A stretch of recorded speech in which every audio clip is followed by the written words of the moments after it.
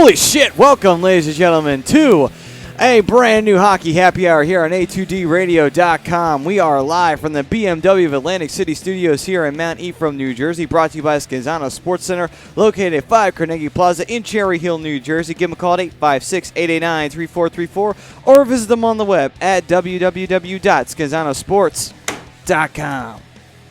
I'm Matt Sassuti. That's Brian the Darkwing Daly. Rob, the broken one, Povia, behind the board today. And today, gentlemen, it is all about one team and one team only, the Las Vegas Golden Knights. Despite what I think about that being the dumbest team name ever, they have the first expansion draft since 2000, and they will make their selections tomorrow night, along with the NHL awards being given out. Gotta wonder, is anybody frightened or scared or worried about a certain player leaving? Because I'm really not, to be completely honest with you. I'm really not. I mean, Sami Vatanen's available. He's out there, but, I mean, Ducks can replace him fairly easily. I mean, if I'm going to lose him, I'd rather trade him and get something for him, but might not have that choice. Well, I mean, it is what it is. You know, if you lose your player through the expansion draft, you lose them through the expansion draft. But you protected the ones you needed to protect. That's the important thing, right? Right. Jakob Silfverberg is protected. So I'm happy. Still want that trade. But anyway. Exactly. I don't want to give up Vatanen for nothing. But that's just me. But welcome back, ladies and gentlemen, to another edition of the Hockey Happy Hour. Like I said before, it is all about the expansion draft here. And not only that, it's also the end of the year, as the Stanley Cup has been awarded to a team that will not be named. And we have the award ceremony for ourselves, not just the NHL awards being given out this week. And we like to call those the Gray Mullets, in honor of the ageless one, Mr. Jaromir Jagr, still playing like he's 20-something years old down in Florida, banging probably the hottest women in the world down in Miami, because that's usually where they linger usually. And the fact that he's and the fact that he's, you know, an NHL legend, he's got millions of dollars, and, you know, girls nowadays, they go for that. That's true. It's very, very true. But still, anyway, into the expansion draft, we're going to get into the best players that are available on the board for the Vegas Golden Knights. The Golden Knights really do have a great opportunity to make a very good franchise to start off with. Unlike in the past, where most of the time expansion teams kind of got the big old fuck you from the other franchises who said, oh, we're just going to protect all of our players. We'll give you the shitty ones. You could take those ones away. Now, there might actually be an opportunity for the Vegas Golden Knights to say, hey, we can actually make something happen here, because the NHL's new rules are you guys can just, you know, take it right up the Hershey Highway. You guys have to leave multiple guys unprotected now.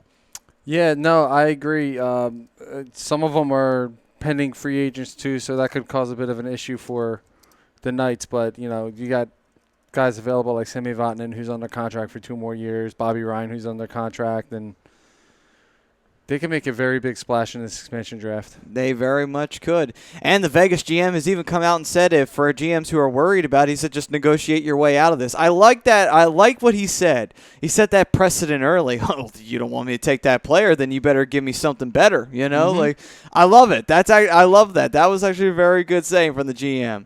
Something that I definitely think I would love my GM to say. Like, oh, well, I'm taking him. You don't like it, give me something. Well, here's the thing about Ron Hextall in the situation that he's in. You know, this could be a really good opportunity for the Flyers to, you know, clear some cap space. And yes, hopefully we can see Vegas take a player like an Andrew McDonald or something like that, which is highly doubtful. Sadly, but it would be wonderful if they could. It would be great because of his annual cap hit of $5 million. You know, that hurts. So you'd be able to clear that contract, and you'd get a significant amount of space back. By the way, $5 million that he is not worth a dime of, by the way. So, but why don't we get into the expansion draft opportunities here? We're going to go through the teams here, see what players are available, what players are protected, what are the best players available from said teams. Real quick, Matty, I just want to tell the listening public that The Vegas Golden Knights have until 10 a.m. Eastern tomorrow, being Wednesday, to submit its expansion draft selections. The Knights must choose 30 players, one from each team, and must take a minimum of 14 forwards, 9 defensemen, and 3 goalies from the list of unprotected players.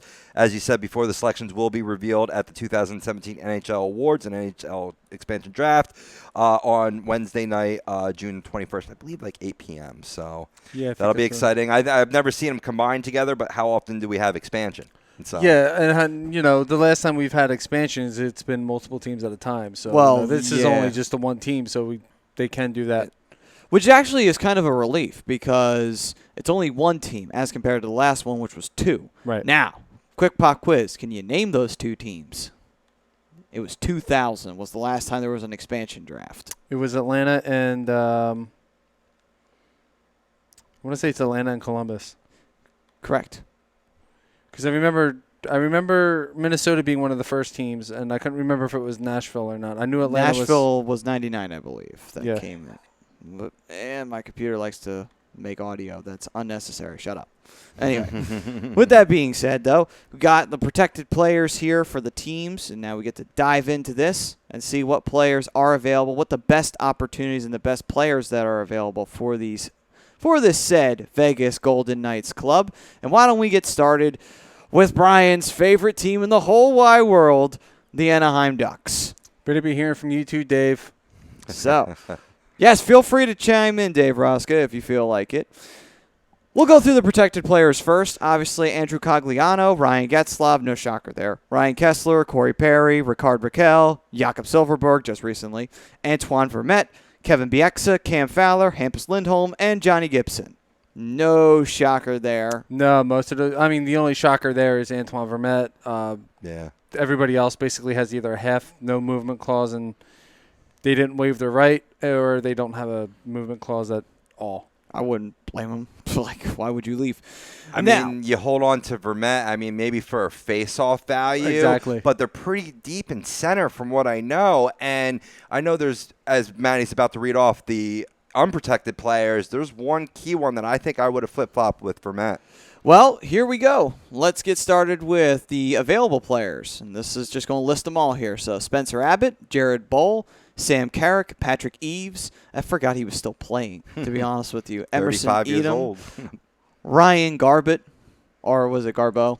No, Garbett. It is Garbett, okay. Just checking, it's hockey, so you know. Max Gortz, Nicholas Kerdiles, Andre Peterson, Logan Shaw, Nick Sorensen, Nate Thompson, Corey Tropp, Chris Wagner, Nate Ginnon, Corbinian Holzer, Josh Manson, Jacob Megna, Jeff Schultz, Clayton Stoner, Sammy Vatanen, Jonathan Bernier, Jonas Enroth, Ryan Farragher, Matt Hackett, and Dustin Tokarski. We're just going to back up a second here. It's actually pronounced Nick Cardillis. Cardillis? Yep. Where's that? He's up towards the top. They actually just signed him to a one-year contract extension. So. Cardillis. Okay. And then the other one is Corbanian Holzer. Corbanian. Okay. Oh, yeah, that's right. He is Corbanian. I like that name. Corbanian. Wouldn't that be a cool first name to have? Corbanian. Sounds like a vampire. Yeah. Seriously. Either that or it sounds like you stepped out of the world in D&D. Like, seriously. I know that's not designated driving, in case anyone was wondering. So, with that all being said, Mr. Daly, anybody that you were a little upset that was left off of this besides Sammy Vatanen? Not really. Most of those guys I kind of expected. The only person I was really concerned about losing was Silverberg, and they protected him, which makes me happy. Like I said, there's a couple guys on there that I'm a little nervous of losing, but I wouldn't be heartbroken. All right. So now that that's out of the way, out of all these players, which one do you think is the best one for them to take? Which would clearly be Vatanen, right?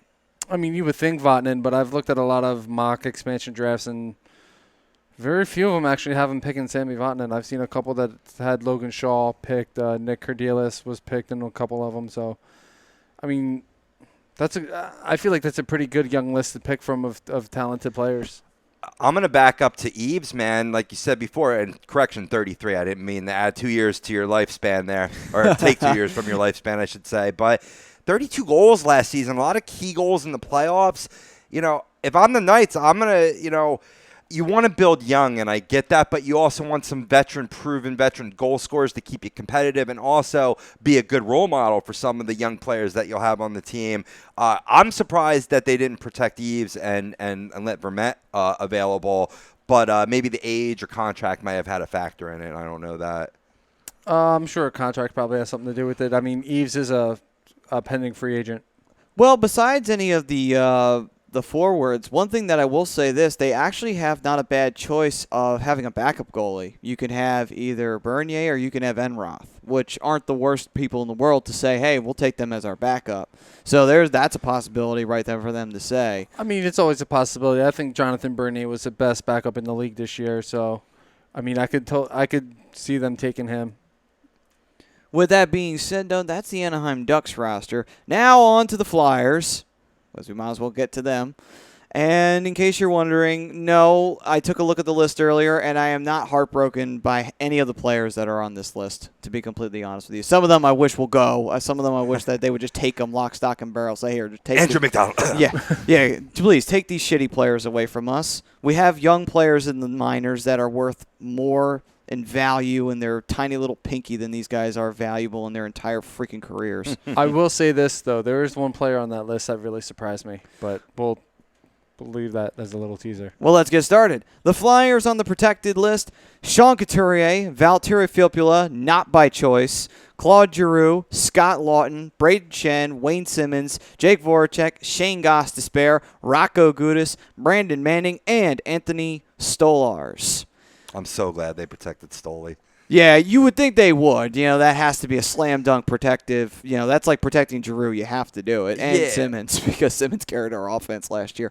And we already knew that this is what was going to happen when Neuwirth got that weird-ass contract and Mason got no offers whatsoever, was that, look, we want to be strategic about who we need to protect and who we don't, because Stoley would be grabbed, right? So now you have Neuwirth, and that's very enticing, and that's who I voted for in the poll in terms of who will be selected from the Flyers. Very enticing with that 2-year deal, low cash, a good goaltender that come in and can start or can be a backup. I mean, I have a funny feeling that Neuwirth is going to be the one that gets picked here. I mean, I've seen Del Zotto in mock drafts, but you're going to have Neuwirth, who could be a good backup depending on who they take as a starter, and you have him for, 2 years? Well, before we get into that, I just want to ask, are anybody here on this list that you are surprised that's on this protected list? I mean, obviously, you could say Filppula, but that's a BS answer because that's a cop-out. He has no move trade. Mm-hmm. He has no movement clause, so of course he's not going to get put on the unprotected list. I mean, even if he didn't, I wouldn't be that surprised. I mean, yeah, he didn't have a great short stint with the Flyers, but he's a good playmaker. He's a great face-off guy. He's a good second-line center at best, so you will never see him above the second line, and probably. He's, like I said, he's a good playmaker. He's somebody that the Flyers need. You just got to put some good wingers around them. But for me, it's Sean Couturier. I mean, I think the kid's good and all, but he hasn't shown any of the potential that he has. He is a third-line center. He's good at face-offs. He's a good penalty kill specialist, but outside of that, I don't think he really has an offensive upside. No, that's true. And the sad part is that Couturier, in my opinion, I would consider him a bust. And I know a lot of people would say, well, wait a minute, how could you consider him a bust? Well, think about where we picked him at. We picked him in the first round in the top 10. So why would I ever consider that to not be a bust when the guy has contributed almost nothing to the team besides good two-way play? Other than that, and shutting down Evgeny Malkin when we faced the Penguins, that's pretty much all he's ever contributed to the Flyers. He's not really contributed anything in the goal-scoring department like you've brought up. He hasn't really contributed all that much when it comes to any kind of fire or passion. It's not like he even goes around trying to throw down big hits. He's just there, He's just taking up a spot that, quite frankly, I'd rather see a better player have, draft or not drafted, I think what we picked him at was a complete failure. It was a terrible idea. My biggest issue with Couturier is he can't stay healthy. I don't think he's played a full 82 games yet in his career. No, that's another problem, and that can linger and bother you throughout your entire career. It's still bothering Chris Letang even to this day. Great player, but he can't stay healthy either. It's a common sad factor. Another person who actually can't stay healthy who wound up on this list was Scott Lawton. Now, Scott Lawton does still have that potential, and it's not like you could say, oh, well, he's terrible and he hasn't done anything. He just hasn't been healthy. That, and he's also wound up on bad lines to go along with it. That hasn't helped him contribute anything offensively, sadly. Relatively overall, though, I am still a little surprised, though, that he made the list, only because wouldn't you put Taylor Lear here rather than Lawton? Nothing against Lawton, but Taylor Lear kind of did a little bit more than Scott Lawton did. I'm thinking of somebody else, but not Taylor Lear. Likewise, and this was my biggest surprise. Not that I dislike Scott Lawton. I think he has a great future in this league, right? You touched upon the health issues. I think if you leave him unprotected based on his level of mediocre play, I don't think he gets selected. And I think you could have protected somebody else. Like, you know, you had said Lear, Maddie, that might be attractive. For me, I would have protected Jordan Wheel. He's been a good playmaker on this team. He was a good acquisition. And I think that next to Neuwirth, Jordan Wheel will be a hot commodity. Even Michael Raffel, too, who's shown really good hands in front of the net. A proven goal scorer. Maybe not electric like 30 goals, but he'll put up 20 goals for you. So I was surprised by that. Well, now we go on to the available list, and like we have alluded to before, there are some players on here that we disagree with and other players that we definitely agree with. So let's get started, shall we? We start off with Pierre-Edouard Bellemare. Not too surprised. I'm not upset about it. I like Bellemare, but let's be honest, Bellemare, he's good, but he's not gonna he's not a shaker or a mover. So it's not a tough loss if he gets picked. He's a fourth line forward at best. So yes, I mean he's contributed to the Flyers, but overall though, it's not like you're losing. You're not losing your arm or your hand. No. You're really not. On to next, Greg Carey, Chris Connor, Boyd Gordon. Most of these were healthy scratches for most of the year. Along with that, Taylor Lear, who was kind of brought up midway. He showed a lot of good ability and potential coming in from the Phantoms. He was a top forward over there in Lehigh Valley. He came into the Flyers in the lower tier lines, and he actually did produce a little bit. Would not like to see him go, but if he does, then I'm not going to complain too much about it. Moving on, Colin McDonald, another guy who was scratched a lot often. Andy Mile, Michael Raffel, who's another surprise, but at the same time, I could understand why you do it because as much as I like Raffel is a journeyman at the end of the day. He is still a journeyman. He's played well on the top line. He hasn't played terrible with them, but would he be on the top line on another team? No, he wouldn't be on the top line. He wouldn't be working with Claude Giroux and Jake Voracek if we had somebody to put up on that line. No, he really wouldn't. I mean, like Rob said, he's got good hands. He's fearless. He'll stand in front of the net, but he's not. Yeah, he's not a mover or shaker. No. Moving on, Matt Reed, someone I pray will get taken, but I know he won't because he's terrible. But yeah, definitely happy he's on this list. Chris Van de Velde, another guy who just he's a lower tier player, so no big surprise there. Jordan Wheel, the one that everybody here is surprised to see, who is on the unprotected list, who did show a lot of ability and a lot of promise, like Lair. Sadly, he's on the unprotected list. Do you think he gets picked by the Golden Knights? I think he's going to definitely be looked at for damn sure. He spent a little bit of time up here with the Flyers, and yeah, I thought he played really well. He shows speed. He shows he's got hands. He can make plays. He's got a good wrist shot. There's a really good chance that he might get picked. All right, then. Moving on, Dale Weiss, another player I hope gets picked because we signed him way too long for a contract for, he's been signed for way too long, in my opinion. Way too much money, too. I don't think the length is my issue with it. It's definitely value. Along with that, Eric Wellwood, another player who was scratched more often than not. Mark Alt on defense, who was brought up from the Phantoms. TJ Brennan as well. Michael Del Zotto, who will not be coming back even if he doesn't get picked, so you could take him if you want to. Andrew McDonald, who we pray to God as well, will be picked because he's another player that's been signed to a long-term deal that is just absolutely not worth that deal, even in the slightest. Will O'Neill, another healthy scratch. Jesper Peterson, same thing. Nick Schultz, who did play defense and started more often than not. However, though, we do have so many prospects down there on the blue line. If he goes, that's fine. It opens up a spot. He's another one that's walking at the end of the year. The Flyers have already said they're not going to re-sign him. Yeah, that's fine. I mean, nothing against Schultz, but, it's just like he's not going to be key to the defense in the future. Obviously, Steve Mason's going to be on this list, but he was automatically walking as of this moment.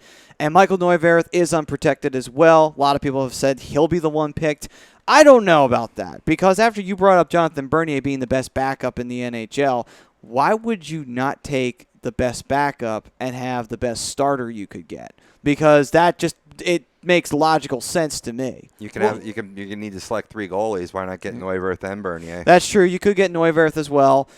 Right, but also think of it this way: with Anaheim having Vatanen available too, why would you not take one of the best power play defensemen in the league? Yeah, he's one of the better two-way players. Yeah, true. I mean, still, will Neuwirth get picked? I don't know. We all know why the Flyers did extend him. They wanted to leave him exposed as an exchange. They could protect Anthony Stolarz and at the same time let Mace walk, because Stolarz is our future. No offense to Mace. He did contribute a lot to the Flyers, but Mace is going to be wanting to be the starter because he's been the starter. Well, that ain't going to happen in the near future, because Stoley's going to be the starter going down the line. That's a clear as day obvious sign right here. But either way, though, out of this unprotected list, only a few surprises, and then in the protected players list, a couple of big surprises. But either way, though, my most likely taken player for me will be Jordan Weal. I think Jordan Weal is going to get picked by the Golden Knights. I don't think Neuwirth will. I think they'll leave Neuwirth on the team. I think come opening day of the season, I think the Flyers will have either Neuwirth as the backup and Stoley as the starter, or Neuwirth as the starter and Stoley as the backup. It's going to be one of the two happening on opening day. Unless Stolarz has a great camp, he'll be the starter. I think it's down between Weal and Neuwirth. I think those are really the only 2 players on that list that have any kind of appeal. No Matt Reed? No? I mean, again, it's just, somebody had even projected on the NHL that Belmar would be taken, and he would be he'd be on the 4th line. This is how the roster shakes out to be for their opening night. Would be Pouliot, Nelson, Neal, Dano, Eakin, Marchessault, McGinn, Kruger, Lewis, Belmar, Yaskin, Mitchell. Wow, they pass up on Bobby Ryan? Apparently, that would be what it says right here. I'm shocked. Now, Marchessault doesn't surprise me. James Neal's gritty, so I'll take Brock Nelson's not bad. Benoit Pouliot's not bad at all. Eakin okay. McGinn fine. Kruger's got ability. Lewis isn't too bad. Mitchell's not bad at all for 4th. Well, I think Kruger's already officially... Isn't he already officially a Knight? I heard something about a trade about that. Oh, yeah, that's right. They were planning on making that trade nonetheless, though. But still, Belmar, of all players, that's interesting. If you take Belmar, then, great, take Belmar. I'll keep Jordan Weal, thank you very much, and Taylor Lear, for that matter, because those are the 2 forwards I don't want to lose out of this entire protected players list. And if we lose Neuwirth, I don't care, because Stolarz was going to be the main guy anyway. Well, with Belmar, though, he's more of an energy player, and I think he brought some good energy to this roster at points. True. But at the same time, though, if you have a young goalie who's phenomenal in net, you can get motivated that way. If Travis Konechny comes in and he starts lighting the lamp up, being the young forward that he is, or you see a very solid defensive effort coming out from guys like Provy or Goss Despair, possibly even bringing up younger guys, because just because the expansion draft ends does not mean the Flyers don't let other guys walk, and when they let other guys walk, spots are going to be open. And if they can manage to orchestrate a deal to get one of the bad contracts out of the way, they might be able to swing in bringing another young player in. That might reinvigorate the fire into the team. You might not need Belmar. No, I agree, but, this team has very little talent on its pro roster, and that's what they need. They need to bring some talent up. If they have the talent in the minors and they're think they're ready, bring them up. Don't hesitate. Yeah, that's been the main key goal, is do not let it hesitate. But no talent. There's very little talent on this roster. All right. So moving on. Do I get a fucking opinion, Matt? Sure. Or what? Sure. Or is it just you 2 on the show? No problem, Rob. Go right ahead. Oh, okay. No problem at all, right? You just moved on. All right. I'll let it go. I'm just going to read the people's comments. Forget about what I think. Chris Schaefer on Facebook says they'll take MDZ, actually, thinks they'll go with. I love how people think Weiss is untouchable. That's pretty funny. Greg Malakovich goes, hoping for AMAC, but we're Philly. We can't be that lucky. It'll be newbie. Doug Zeke goes, I think they're going to take MAF. Marc-Andre Fleury. There you go. Thank you. From the Pens. Yeah, that makes sense. From the Pens. Should have just read on through. So I'd go with Weiss if I was them. I guess Doug's hot, one of the guys Chris Schaefer was talking about. Ryan Brodo says newbie. And that's it. Actually, let me check YouTube really quickly. Frank is asking us which Flyer is going to Sin City. I told him, you tell us. That's the poll. Andrew White goes, zup, bitches. I agree with that first comment. Like, I've seen that in mock drafts that Delzato's going, that they'll take Delzato. But the problem is, what's going to happen with these pending free agents, though? True. You know, you got O'Shea, Shattenkirk who are available. They're pending free agents. Delzato's a pending free agent. And that's really the only notable ones off the top of my head that I remember. Because that's what I'm curious about is, you know, these guys are going to be pending free agents. You know, I get you're getting the rights to them, but that doesn't necessarily mean you're going to get them. I guess that's why they have them pick 30 then? Well, yeah, that's the main goal of why you're going to pick 30, because you also have to field a team to go along with that. And then also you're going to have a minor league affiliate to go along there. And they don't have any established minor leaguers because that minor league team would be brand new. Actually, I heard they're sharing Peoria. Oh, they are? St. Louis? Okay, so they're sharing the Peoria, was it the Sailors? I think that's what they're called. Remember. It's something called in Peoria. I forget what the name is. I'm shocked that there's a team in Peoria. But anyway, so with the teams that they have selected here, with that being said, a lot of the players that are available, like I said, some surprising, some not. It's going to be an interesting choice for the Knights here because the Knights really, like I said, they've got some really good players available for them. They can easily take advantage of this opportunity for them to really put down a very good, solid team. And now we get into one more roster before we head to break, and this one will be, why not? We'll put the defending Cup champions on the spot. We'll go with the Penguins. And we will see whom they have protected. I think it's no surprise some of them that they have protected. Obviously, Sidney Crosby is going to be one of those guys that's protected. They left him out available. Then that'd be crazy. Could you imagine that if the Penguins just like, oh hey, yeah, Vegas, you could go take Crosby. We don't need him. He only won us 3 cups. You know. Well, I remember they signed him to a full no movement clause when they signed that 10-year contract, 12-year contract, whatever it was. Right. Crosby's a Penguin for life. We all knew that. Crosby, Patrick Hornquist, Phil Kessel, Evgeny Malkin, Brian Dumoulin, Chris Letang, Oli Mata, Justin Schultz, and Matt Murray. They are all the protected players for the Pittsburgh Penguins. They protected Justin Schultz. Yeah. They did not protect guys like Brandon Rust, which, but then again, you have a lot of forwards to choose from. So it's kind of hard. Yeah. Little tough to do that. Meanwhile, in the available players, you have Josh Archibald, Nick Bonino, Matt Cullen, Jean-Sebastien Day, I believe that's how you're going to say that, Carl Hagelin, Tom Kuhnhackl, Chris Kunitz, Kevin Porter, Brian Rust, Tom Sestito, former Flyer, Oscar Sundqvist, Dominic Uher, Garrett Wilson, Scott Wilson, Ian Cole, Frank Corrado, Trevor Daley, Tim Erickson, Cameron Gounce, Ron Hainsey, Stuart Percy, Derek Poliot, Chad Rowiedel, Mark Streit, former Flyer, David Warsofsky, and Marc-Andre Fleury. They are all of the unprotected players by the Pittsburgh Penguins. There's a lot to choose from in that. It's not a very straightforward, let's grab this guy or let's grab that guy. They got to actually take some time to think about who they would want from Pittsburgh. Yeah, that's tough. Very surprised they tried to protect Justin Schultz. And not your distant cousin, Trevor Daley? No, I mean, I'm not surprised they didn't protect Daley. Daley is, he's getting up there in age. Well, Schultz is younger, I guess. Why don't we go around the board here, and why don't we see who we think could actually go here from the Penguins before we head to break? in my opinion, I'll start this one off. I would actually take Nick Bonino. Yeah, I think I would too. Rob, who would you take out of this unprotected players list from the Pittsburgh Penguins? Because there's a lot of sleuth of good players here available, like a smorgasbord. Yeah, I'm really surprised they left Brian Rust available. It must be an unlikely pick for a contract situation. So I'm going to go with Carl Hagelin.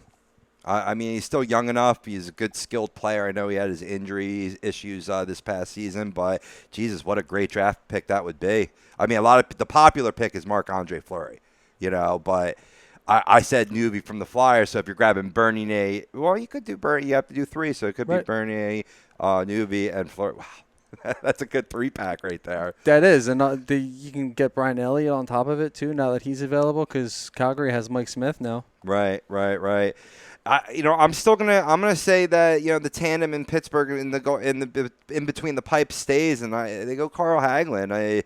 He's 28 years old. Prime of his career. Why would you not? I mean, I'm with you. I thought about Carl Hagelin too, but the only thing about Carl Hagelin is he played in Anaheim and he didn't really play all that well on the West Coast. Right. So I mean, maybe the system might be different, could possibly be different with Vegas, but meanwhile, Nick Bonino has played on the West Coast. He played for the Anaheim Ducks for how many years did he play for you guys? Couple years. Well, still, either way, though, already proven to play on the West Coast, may not be too tough of a transition for him to play out in Vegas. So this is a tough one. I mean, you go down this list of players that are available, man, you really got to study this and take your time and really think about who you want on your team. And even then, if you go and get Brian Rust, it's not a bad choice because he's one of those players that gets that clutch goal half the time. To go along with it, hard-working player. You could even go with Chris Kunitz, even though he's old at this point in time. Again, another pending free agent. Also another pending free agent. You got to keep that in mind. Yeah, there's a few that are on here that you would have to take a couple looks at and just say, wow, kind of study that a little bit. Well, the hard thing here is each team had the option to protect 7 forwards, 3 defensemen, and 1 goalie, or 8 skaters and 1 goalie. So it depends on which side you're going on. I think on both sides, the Penguins failed here. How do you leave Rust? I mean, isn't Rust and Sherry your future? I don't get it. My thing with Brandon Rust or Brian Rust is how much of his production came from playing on the first time with Sidney Crosby? Could be a byproduct of the system. Exactly. Yeah. That's what I'm thinking. Well, we're going to find out about Jay Gensel later on, too, if he gets moved at any point in time. Was it Crosby that made his game better than it actually was? Because, perfect example, Tyler Kennedy. Oh, God. Yeah, Tyler Kennedy. I mean, this guy looked like he was a pretty darn good goal scorer. Well, we forgot. He played with Crosby. So Crosby elevated his game better than it was. And luckily for all teams, all first- and second-year professionals were exempt from the selection. So that kept, in case you're wondering, hey, what about Gostisbehere, or so on and so forth with the Flyers? Yeah, so luckily enough, you didn't need to worry about that. We are all safe with that. No Provy's going to get taken, no Konechny's. They are not available for you to touch. Thank God the NHL at least showed a little bit of mercy to these teams with that. Seriously. Well, I mean, don't get me wrong. These guys had pretty good rookie years, but who's to say that they're not busts? Well, yeah, you could say that. You could, taking these first and second year players could be a blessing in disguise. You know what I mean? Maybe. But either way, though, plenty to talk about still on the other side. We'll get back to the Vegas Golden Knights and the choices, and oh so many choices that they have to make tomorrow night. While the NHL awards will be given out, they will be making their choices for their inaugural NHL team. But on the other side, it's time for us to celebrate, and it's time to pull out the gray mullets. We give away our awards for the best forward, regular season disappointment, postseason disappointment, goalies, underdogs, you name it, we got it. It's all on the other side. But first, let's talk to you about Liberty Event Rentals. They're located at 2154 East Cambridge Street in Philadelphia, PA. You can give them a call, 267-314-7368. They got tables, chairs, tents, linens, anything for your party or event needs. Hey, 4th of July is almost here. You might want to plan ahead. And you can reach them online at www.libertyeventrentals.com. This is the Hockey Happy Hour on A2DRadio.com, and we will be right back with more expansion and gray mullets after this.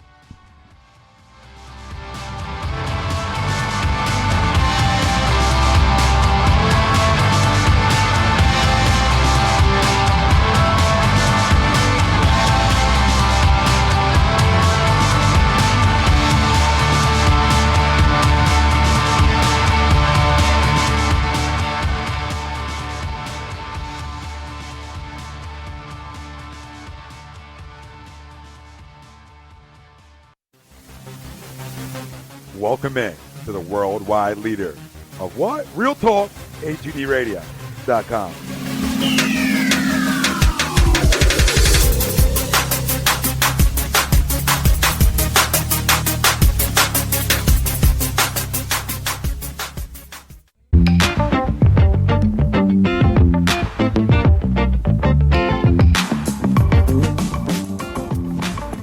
A2DRadio.com is sponsored by the Sports Outlet for all your sporting needs. Located 703 Black Horse Pike in Glendora, New Jersey. Give them a call at 856-939-2030 or email them at sportsoutletnj@comcast.net or visit them on the web at www.sportsoutletinc.com for all your sporting needs. The Sports Outlet.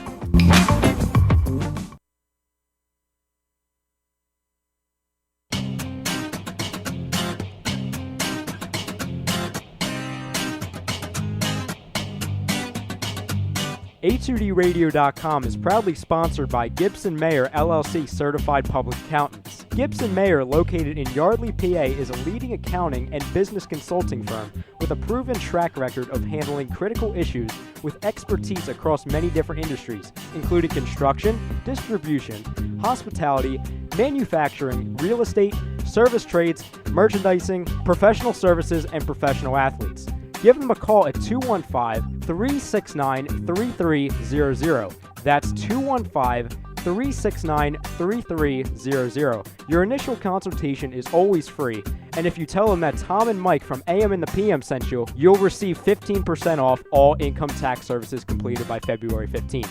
That's Gibson Mayer LLC Certified Public Accountants, 215-369-3300, or visit them on the web at www.gibsonmayer.com. That's gibsonmayer.com.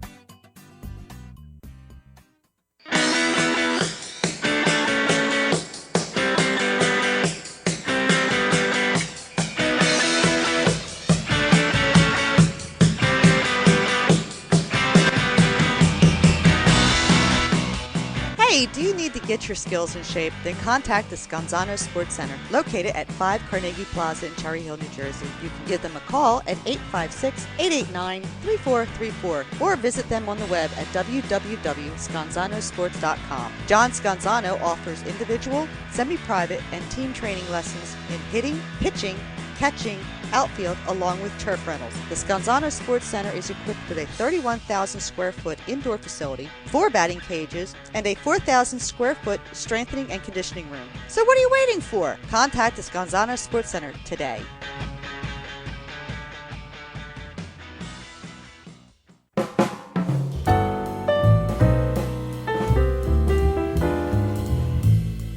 Fellas, you ever come in from that baseball or football game and your woman won't come near you because you stink beyond belief?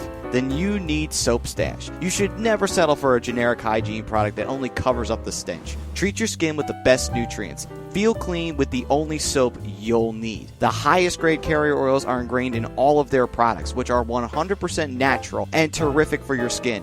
No sulfates, parabens, or phthalates, and synthetic fragrance free. Contact Soap Stash for your sample package and give your woman what she deserves. You can contact Soap Stash at 844-890-3197 or visit them on the web at soapstash.com or Facebook at Soapstash LLC. Once again, their number is 844-890-3197. Soap Stash, the new soap standard.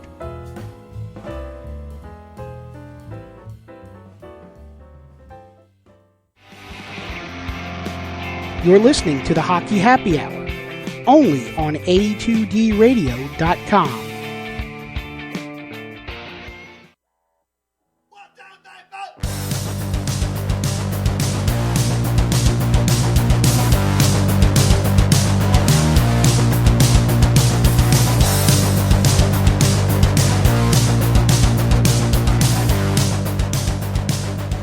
It's Gray Mullet time. Welcome back, ladies and gentlemen, to the Hockey Happy Hour. We are live from the BMW of Atlantic City Studios here in Mount Ephraim, New Jersey. And speaking of sponsors in the BMW of Atlantic City Studios, we do have a new sponsor here. It's been around for a little while, and that is called the Soap Stash.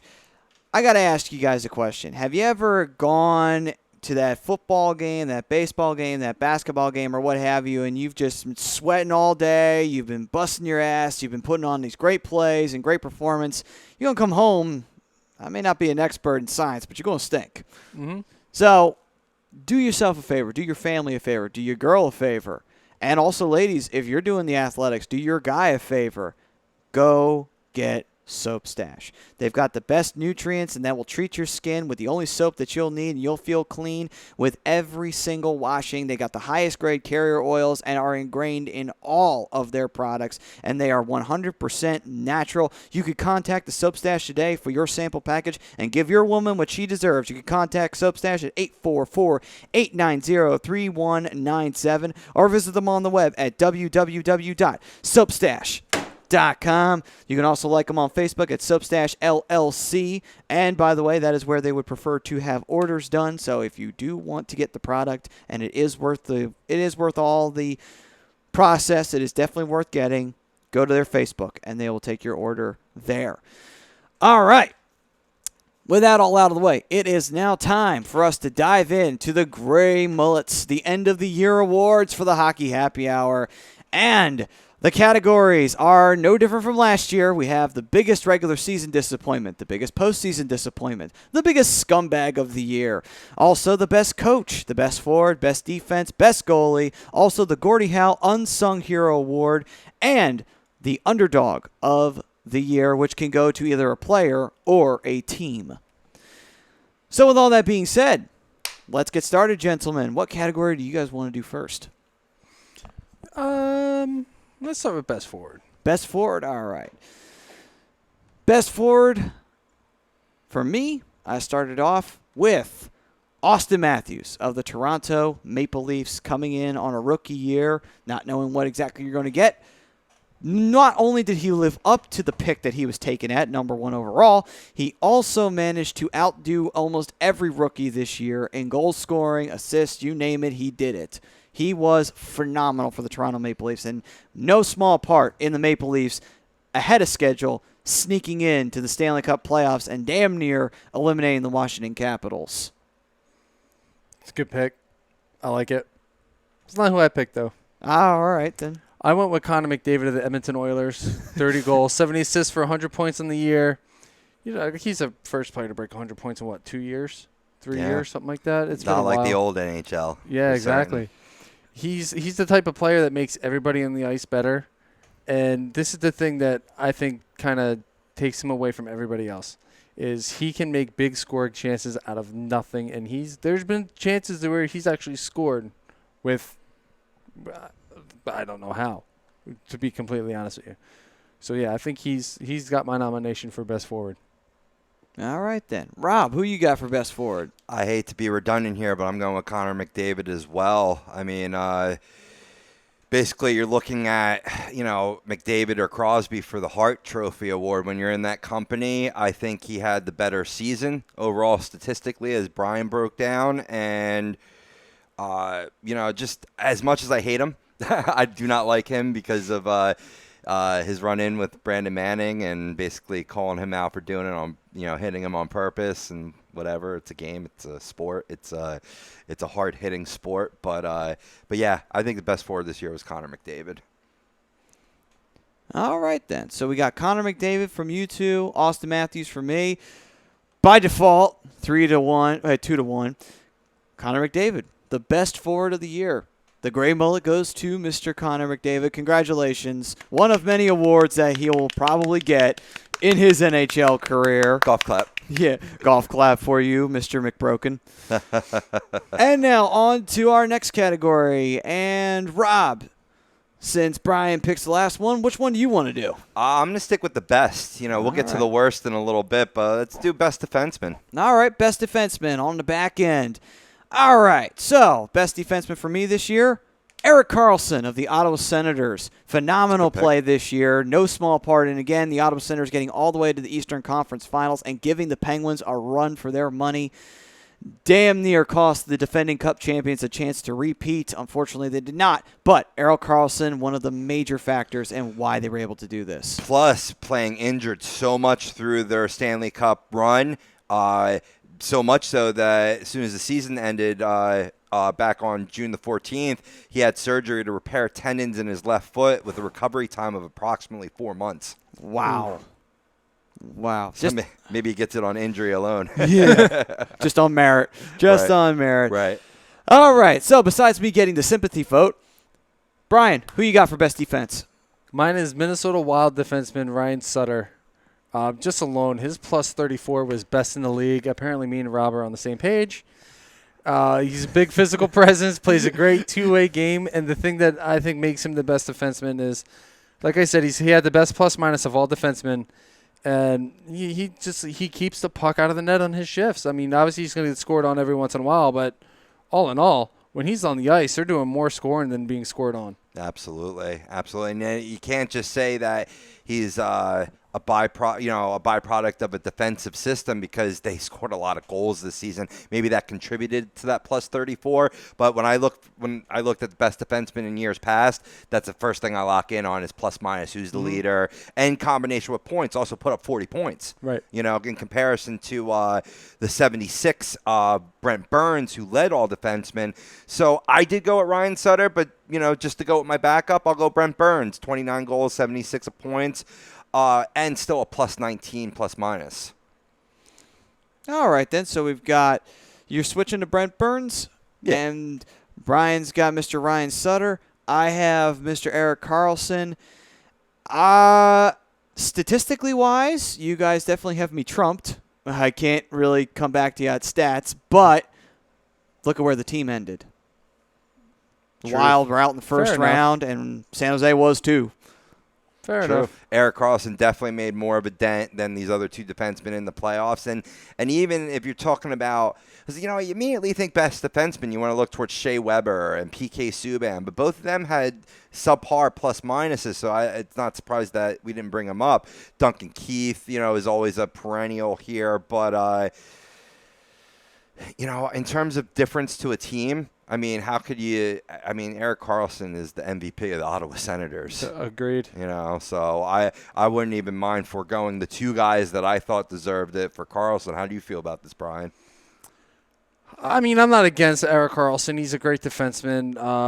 But when I think of a defenseman, I think of, defensive players, like players that are big shutdown players that, keep the puck out of the net, position themselves well. Not saying that Erik Karlsson doesn't do any of that. But he's more of an offensive-minded defenseman, which is good, which is fine. Erik Karlsson definitely is part of the reason why they got as far as they did. Well, but since we have a difference of opinion, it's best to always leave this up to Schultze, since he's the one who's making the choice. And what does Schultze say here? Schultze is picking. Well, he must like Brian a lot because he picked Ryan Sutter. So Mr. Ryan Sutter has been given the gray mullet for the best defenseman of the year. Congratulations, Mr. Sutter. Hopefully you can get your team out of the first round one of these years. I really had him too. Moving on. All right, so keeping up with the best theme, I will pick best coach. We'll save the goalie for later. Best coach of the year for me, I will go with Toronto again in Mike Babcock, guy who turned a team around that was looking like they were going to be in rebuild process for a little while. And really, how can you argue against Mike Babcock? Look at all the things he's done in his career, from being the coach of the Anaheim Ducks, taking them to the Stanley Cup Finals, a team that had relatively not had a whole lot of playoff success up to Mike Babcock coming around. Right. They had been routinely eliminated either in the first round or the semifinals. Meanwhile, he also won a cup in Detroit, leading the way out there. He comes over to Toronto, and he has turned this team around and has made them possibly a cup contender well ahead of schedule. I'm not saying that they're going to do it next year, but maybe in a few years you could say, wow, that was a lot quicker than expected. Mike Babcock cannot be denied for just what he can do to a team in just one season alone. No, I agree. Rob? I got a little lost in the comments. Sorry, I was reading Frank chiming in with Dale Weiss as being the name that's been thrown around for months as being the most likely Flyer to be selected by the Knights. What category are we in? Best coach. Best coach. Yeah, I had a tough time with this, because I really wanted to go at Lavi. Becoming one of four coaches to take 3 teams to the Stanley Cup Finals. Carolina, Philly, now Nashville. Joined Dick Urban, who took Chicago, Toronto, and Montreal. Scotty Bowman, who took half the league, St. Louis, Montreal, Pittsburgh, and Detroit. And Mike Keenan, another former Flyers coach who took Philadelphia, Chicago, and the Rangers, luckily avoiding 2 consecutive Game 7, well, not consecutive, Philly and the Rangers Game 7 Stanley Cup final losses, with Rangers winning it in 94. I really wanted to go with them, but how can you not go with Mike Sullivan? Not only for winning the cup, but dealing with the vast amount of injured players and still grabbing. This is something you talked about already? Yeah. No, I didn't go yet, but. Oh, I took your thunder. That's what we do to each other, right? Oh, my God. But, I mean, look at all the vast amount of injured players the Pens had and still grab the holy grail of hockey. So I think it's got to be Mike Sullivan. I'm with you. I got Mike Sullivan, won back-to-back Stanley Cups. One of my other points was, they won the Stanley Cup battling key injuries throughout the entire postseason. Some came out, some came in. It's just injuries were there, and they were to the most important players. And since coming in as a head coach in 2016, he's just sparked this team. True. This team is they're like rejuvenated. All right, then. So with the 2-1 advantage, Mr. Mike Sullivan of the Pittsburgh Penguins, as a repeat Stanley Cup winner, he gets the gray mullet for the best coach of the year. Congratulations to Mr. Sullivan, and go die in a hole. Yeah, me and you are 3 for 3 so far, Brian. Seriously, That's get because out of you my guys. head. This is like gang up here. This is like a prison scene. I tried to give you Carlson.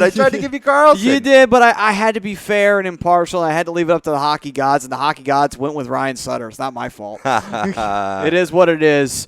All right, on to our next category. The hockey gods rained gold down on me. Well, now, Daly, you get to rain down the next category. We'll finish up the best of. All right, best then. goalie. Best goalie. All right, then. So since I've been starting it off, I will go with Pekka Rinne of the Nashville Predators, single-handedly taking his team to the Stanley Cup Finals. I know everybody can say, oh, well, their offense was always constantly attacking. He's like, yeah, but they had their moments where they just absolutely looked terrible, and other teams were crushing them. And, yes, Rinne did look human at times, but give credit where credit is due.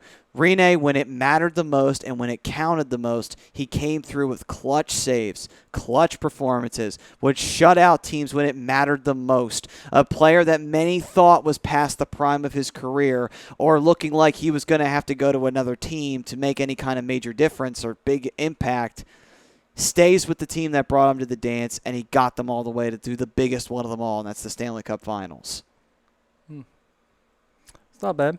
You can't go too wrong with Pekka Rinne. No. I'm going with Braden Holtby. I mean, come on. He really is statistically one of the best in the league. Led the NHL in wins, shutouts with 42 wins and 9 shutouts. Finished second in the league in goals against with 2.07. Also finished fourth in save percentage with a .925, just behind Sergei Bobrovsky. So, I mean, and Braden Holtby was a part of the best team in the league the entire year. So Truth. Yeah. Truth. Good pick. Good pick. Funny you mentioned mine, but not as your pick, though. We finally had a difference. That's why I put my arms up in the air. Can't see me on camera, folks, producing today. I went with Bob. I really did. I mean, he was 1 win shy of Holtby with 41.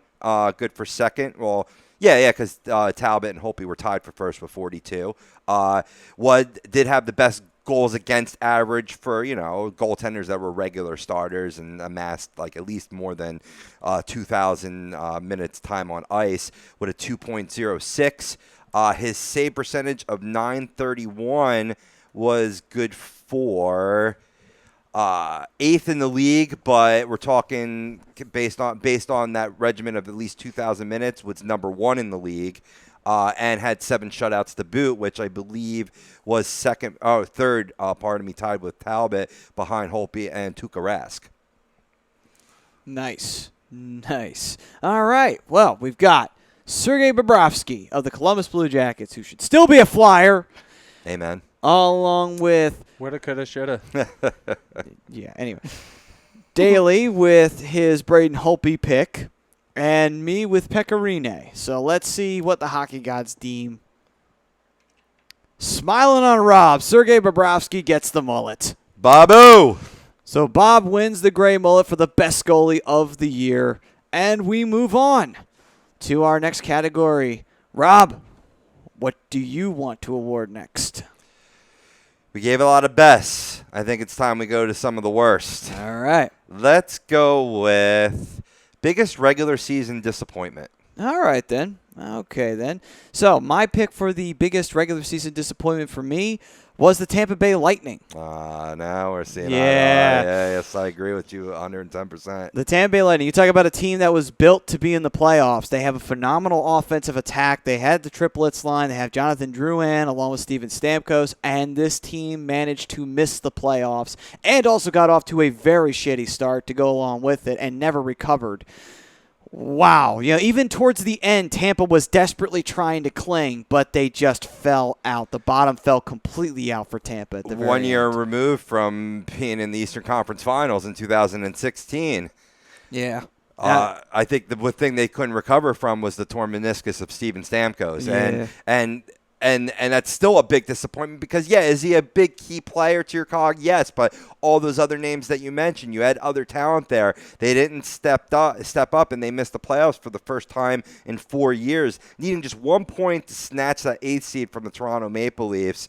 I mean, they were supposed to be among the top cup contenders, but instead they were watching the playoffs from home. And now you don't even have Drouin back next year. He signs a 6-year deal after being traded to the Montreal Canadiens. That's correct. Absolutely. Well, they traded him for a 2018 conditional pick.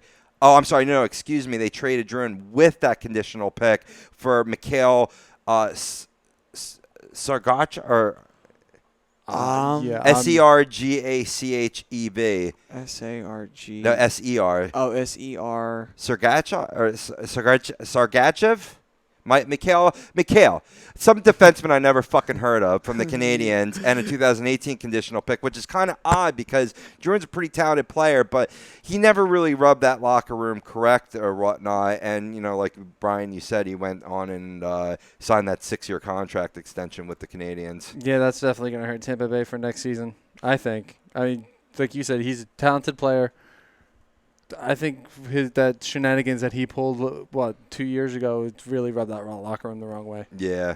Yeah, they were looking for an excuse to get rid of him. But still, Tampa, they sat on the sidelines and they watched everybody else compete, but they were not involved. After 1 year removed, like Rob said, of going all the way to the Eastern Conference Finals and giving the Pittsburgh Penguins a challenge who would eventually go on to overwhelm the San Jose Sharks for the Stanley Cup. Basically, if Tampa had gotten in, they would have won the Stanley Cup. Truth. So that's pretty darn disappointing, to say the least. So, you're going in there as a nominee. So, since me and Rob got the same team, we got the Tampa Bay Lightning. Mr. Daly, who is your biggest regular season disappointment? I mean, not that it really matters, but, it's the Colorado Avalanche. Yeah. It's a good one, Brand too. new head coach. I mean, I get it, new system, but you have Nathan McKinnon, Gabe Landeskog, Matt Duchene, Eric Berry, or Tyson Berry. Yep. Eric Johnson, Semyon Varlamov, who unfortunately got lost for the season with an injury. And Jerome McGinley along with it. Yeah, it's just they just had a bad. They were another team that got off to a really bad start that they never recovered. They never even showed up this season, and it's a shame because they have such a talented roster. They could have easily been a playoff team this year. Yeah, I still say today they made a huge mistake when they fired Patrick Waugh. I will say it today, and I will say it till the day it ends, because that was the last time they made the Stanley Cup playoffs, was when Waugh was behind that bench. Horrible decision by Colorado to get rid of him. Either way, Colorado, once again, bottom feeding, as they should not be this year. But the 2-1 advantage does speak. And it finally goes my way, and it goes to the Tampa Bay Lightning. So there it is. The Tampa Bay Lightning, you get the great mullet for being the biggest regular season disappointment. Maybe next year. Maybe next year, boys. Maybe next year. All right. Now up to my pick for this year, and I'm going to leave the disappointment side. We're going to go to the underdog of the year. Yeah, we're going to do that. This could go to a player or a team. So this could go to an individual or it could go to an entire team or organization. And for me, the underdog of the year, like Pecorine as the goalie, it goes to the Nashville Predators, being the big underdog that came into the playoffs out of nowhere and managed to defeat the 3-time Stanley Cup champion Chicago Blackhawks, defeat the St. Louis Blues, who themselves had to rear back and be a bit of an underdog in their own right in the semifinals, and then defeated the Anaheim Ducks in the Western Conference Finals. Not an easy opponent at all. And you go all the way to the Stanley Cup Finals. And you managed to push the Penguins to 6 games. So, in my opinion, underdog of the year has to be the Nashville Predators.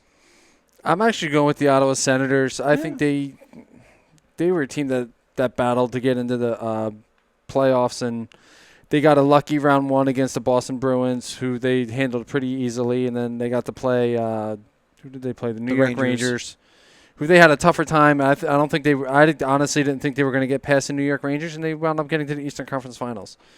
Thanks to the support of many players on that roster, Derek Brassard and Bobby Ryan, Eric Carlson, JG Bajot. So, Ottawa Senators are my pick for the underdog of the year. They never should have gotten as far as they did. All right, then. Rob, who do you got for the biggest underdog? On this one, I'm siding with you, Maddie. Nashville Predators, they were expected to get beat in the first round by Chicago, and they shocked the world going all the way to the Cup Finals. Yeah. Yeah, contrary to Brian's pick, Ottawa was expected to beat Boston. Just saying. They were expected to beat Boston. But that was it, though. That was it. Yeah, that was it. Yeah. This is a close one. I mean, honestly, maybe it needs to go to the hockey gods, because even though it's 2-1 here, I like the Senators pick too. I mean, I like the Predators pick a little bit better. I'm going to stick with that. But Senators, man, that's good competition if we were having a campaign right now. Yeah. But since this is not electoral college, this is not a voting system, this is a 2-1 advantage. The Nashville Predators get the gray mullet. This is a dictatorship. You're damn right. Moving on. And now we get into our next category before we head to break and before we round up our end-of-the-year awards. Well, I'll give one more award away. Brian, the floor is yours. What category? Biggest postseason upset. Biggest postseason upset? All right, so biggest postseason disappointment. All right, then. Biggest postseason disappointment for me? The Chicago Blackhawks. Let's be completely honest here. A team that has won has won 3 Stanley Cups in the better part of 10 years, has gotten better with every Stanley Cup victory. What the hell was that in the first round where you got absolutely annihilated? You got raped by the Nashville Predators. I mean, just badly. Like, seriously badly. Like, my God, you guys couldn't even manage to put up a fight in your own building, one of the toughest buildings to play in the NHL, in the United Center, and you couldn't even manage to put up a fight there. Like, I'm sorry, that's terrible. That is gag reflux worthy terrible. Yeah, I agree. Chicago Blackhawks, biggest postseason upset for every reason. That offense didn't even show up at all. Nashville just outplayed them, and they only scored 3 goals in the entire series? Pretty much. I mean, come on. I mean, I feel like that's pretty hands down right there. Yeah. Rob, what you got? For the first time, I'm on my own, and you guys are great. I love these award shows. I'm going with the Washington Capitals. I mean, you're the President's Trophy winner, right? You have all this talent, and then you pick up Kevin Shattenkirk. You barely beat Toronto Maple Leafs in the first round, although you did, unlike Chicago losing the Predators. And then you just got whitewashed by the Pittsburgh Penguins. Now they did go on to win the Cup, so with just reason. But just when I think postseason disappointment, I think Ovi and the Caps. That is true. They could be perennial nominees every year, but it's just you do have a very good nominee there, Rob. I mean, there's a lot of truth to that. The Washington Capitals, the year that they had, they were once again dominant during the regular season. As always, they have great regular seasons. They are regular season darlings, but when it comes to that postseason, man, they cannot figure out the semifinals to save their sorry ass. Every year it's the same thing. Win in the first round, lose in the second. Win in the first, lose in the second. Win in the first, lose in the second. It happens every year. They have not seen the third round since Ovi. They haven't seen the third round since 98 when they made the Stanley Cup Finals. So maybe Ovi's the problem. Could be, but then again, maybe not. Maybe it's just the Washington Capitals. Because even before 98, they still couldn't get out of the second round. Well, that's possible. Either way, though, and once again, they lost to the Pittsburgh Penguins, as they always do. It's just every year it's the same thing between Pittsburgh and Washington. Washington gets eliminated by Pittsburgh. Like, could we change it up? Please. Please. Some year Washington beat them once. Not just because I hate them, but just because it's getting boring seeing the Penguins beat you every year. You can only see the same ass whooping once or twice. I'm keeping track of the winners now. It was Nashville Predators that won Underdog of the Year. That is true. They did. And by this, the biggest postseason disappointment by the 2-1 advantage goes to the Chicago Blackhawks. Albeit, though, definitely a good pick on your part, Rob, for the Washington Capitals. Thank you. Hey, I'm doing pretty good here. 6 for 7. Nice. Nice. Not that you all didn't win some because we've agreed on a couple, but I like how we're saving two of my favorite awards for the other side, the biggest scumbag of the year and the Gordie Howe Unsung Hero Award, too. That'll be coming up. That is true. That will be on the other side. We will be giving that away next. But first, let me talk to you all about one thing and one thing only, and that is getting an accountant. And you want to know why it's important to get an accountant? Because a certain little thing comes around every year, and it's called tax season. And boy, do you not want to be not prepared for that. Because next thing you know, the IRS is knocking on your door and taking away your furniture, your personal belongings, or you go to jail. So you know what? Quite frankly, I would say, please, when tax season rolls around, get Gibson Mayer. They are the certified public accountants of A2DRadio.com. They are located at 301 Oxford Valley Road in Yardley, PA. You can give them a call, 215-369-3300. Tax season will be here once again, so be ready, be prepared, get Gibson Mayer. On the other side, we finish up the Gray Mullets with the biggest scumbag of the year and the Gordie Howe Unsung Hero Award on the other side, and then we will get into more expansion draft talk for the Vegas Golden Knights and what players are available. That's on the other side of the Hockey Happy Hour. We'll be right back after this.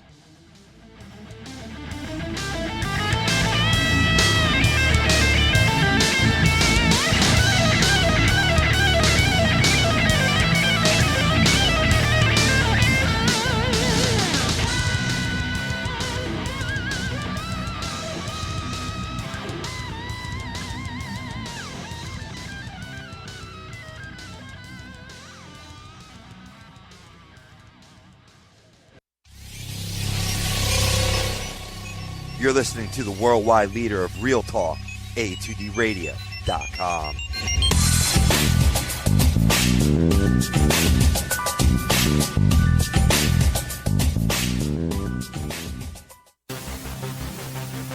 Welcome in to the worldwide leader.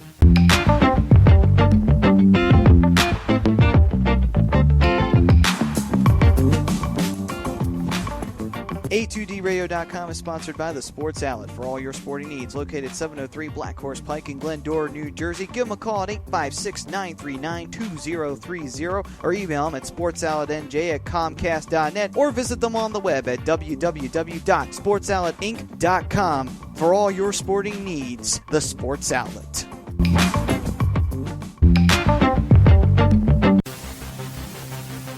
Welcome in to the worldwide leader.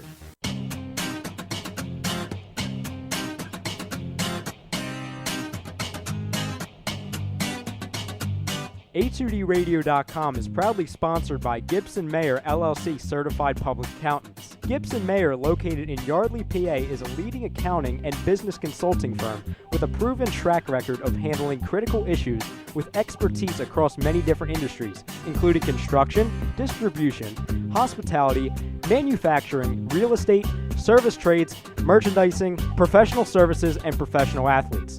Give them a call at 215-369-3300. That's 215-369-3300. Your initial consultation is always free, and if you tell them that Tom and Mike from AM and the PM sent you, you'll receive 15% off all income tax services completed by February 15th.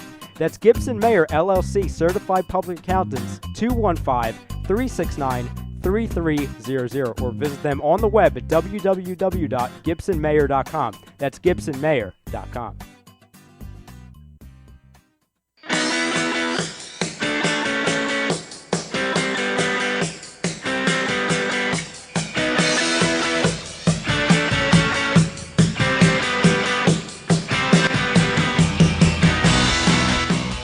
Hey, do you need to get get your skills in shape? Then contact the Scanzano Sports Center, located at 5 Carnegie Plaza in Cherry Hill, New Jersey. You can give them a call at 856-889-3434 or visit them on the web at www.scanzanosports.com. John Scanzano offers individual, semi-private, and team training lessons in hitting, pitching, catching, outfield, along with turf rentals. The Scanzano Sports Center is equipped with a 31,000 square foot indoor facility, 4 batting cages, and a 4,000 square foot strengthening and conditioning room. So what are you waiting for? Contact the Scanzano Sports Center today.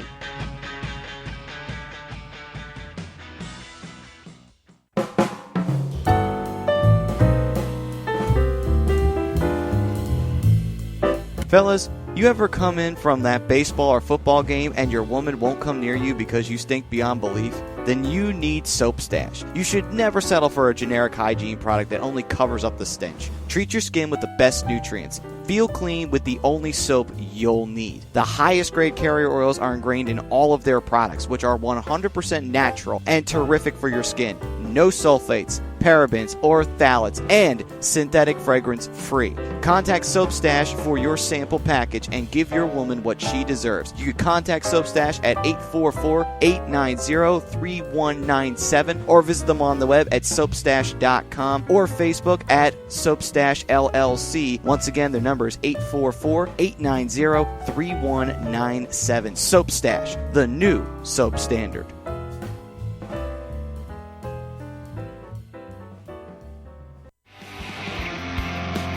You're listening to the Hockey Happy Hour, only on A2DRadio.com.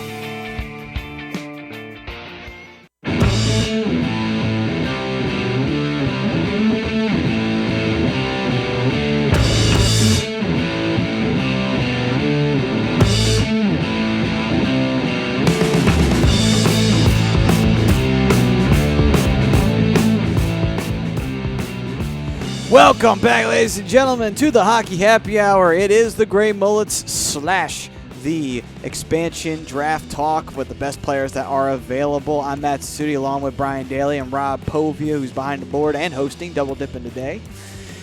And we are in the BMW of Atlantic City Studios here in Mount Ephraim, New Jersey. And have you ever wanted the ultimate driving experience? Well, then you got to go to BMW of Atlantic City. They're easy to get to. They are minutes off of exit 37 of the Parkway, located at 6037 Black Horse Pike in Egg Harbor Township, New Jersey. Give them a call at 609-568-9200. And they are also online at www.bmwofatlanticcity.com. All right. Before we get back to the awards, Maddie, what's funny is that within our discussion, I was able to give 2 of my 3 topics for around the league. Oh, cool. Let me just spit out the other one real Sure, quick. go right ahead. Cool. Little goalie acquisition, talking about the Druin trade. Well, there was another trade as well. The Flames acquired goalie Mike Smith from the Coyotes in exchange for goalie Chad Johnson, a prospect, and a draft pick. That's a very interesting trade that the Coyotes are making. But you know what? It makes sense because the Coyotes are clearly rebuilding. That's what they're doing. They're focusing on building up youth core. That's what they're doing. Smith going to the Flames is also great for Calgary. Like, that's unbelievably important for Calgary because Smith, when he's on, man, good luck trying to score on him. He ain't fun to play against. No, he's a big goalie. He's a big guy. He's what, like 6'7", 6'8", or something like that. He can block maybe the not net. that tall, but he's a tall goalie. He could stand up and block shots. That's how big he is. Like, seriously, Yeah, like, he doesn't even need to go down to butterfly. There's definitely a need that Calgary needed to address, and they did a good job addressing that need. And although the thing about Arizona is, you say that they're rebuilding. Rebuilding from what? I mean, they had one postseason run. That was it. That's a good point. Yeah, you're right. Well, what's the rebuild? What was it? Their last run was in 2012, I think it was. They went all the way to the Western Conference Finals and lost. I don't remember the year, but I remember them getting to the Western Conference Finals. It was 2012 because they lost to the Kings, and I remember this because of 2 things. First, Dustin Brown absolutely doing one of the most scumbag things. He did a knee-to-knee hit on one of the Coyotes players at the end of a game.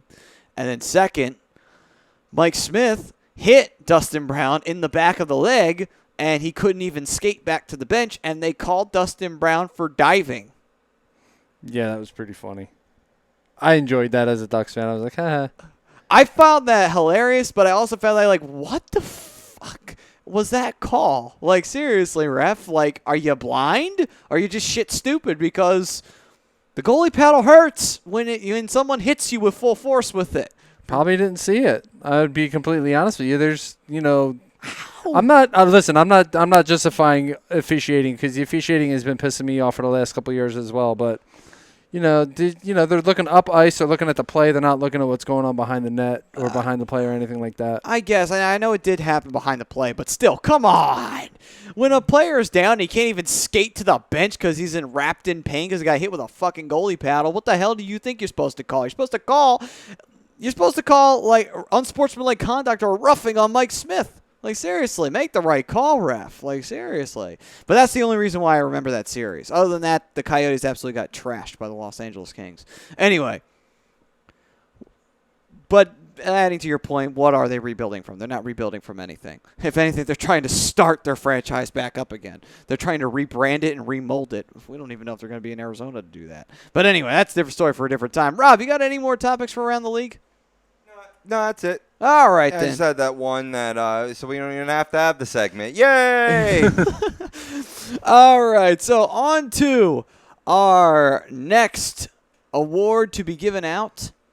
And who picked the last one? I think I did. I think it was you. You did. You picked the biggest postseason disappointment. So, Rob, it's your turn. I'm going to pick and change the name. Okay. It was normally dubbed the biggest scumbag of the year, but I'm changing it to obsolete mule of the year. So the obsolete mule of the year award. It's biggest scumbag. And that is, of course, given to a very self-explanatory category that we don't need to go into a definition of. So let's get into the nominees. Mine is a perennial one every year, and that is Sidney Crosby because he's a piece of shit. But that's a different story at a different time. He also cut off a guy's finger out there on the ice, and they did not do anything to punish him for that. What can they do? And he cut a dude's finger off. First of all, I'm sure his intention wasn't to take off the tip of Mark Matheau's finger. Sure, but he was going to probably try and injure him. He clearly was trying to hurt him. The only question was he just got a different body part. He just got the finger instead of catching the wrist, That's the only difference. He's trying to make a play Not on a the puck. finger. Well, he only has half a finger now.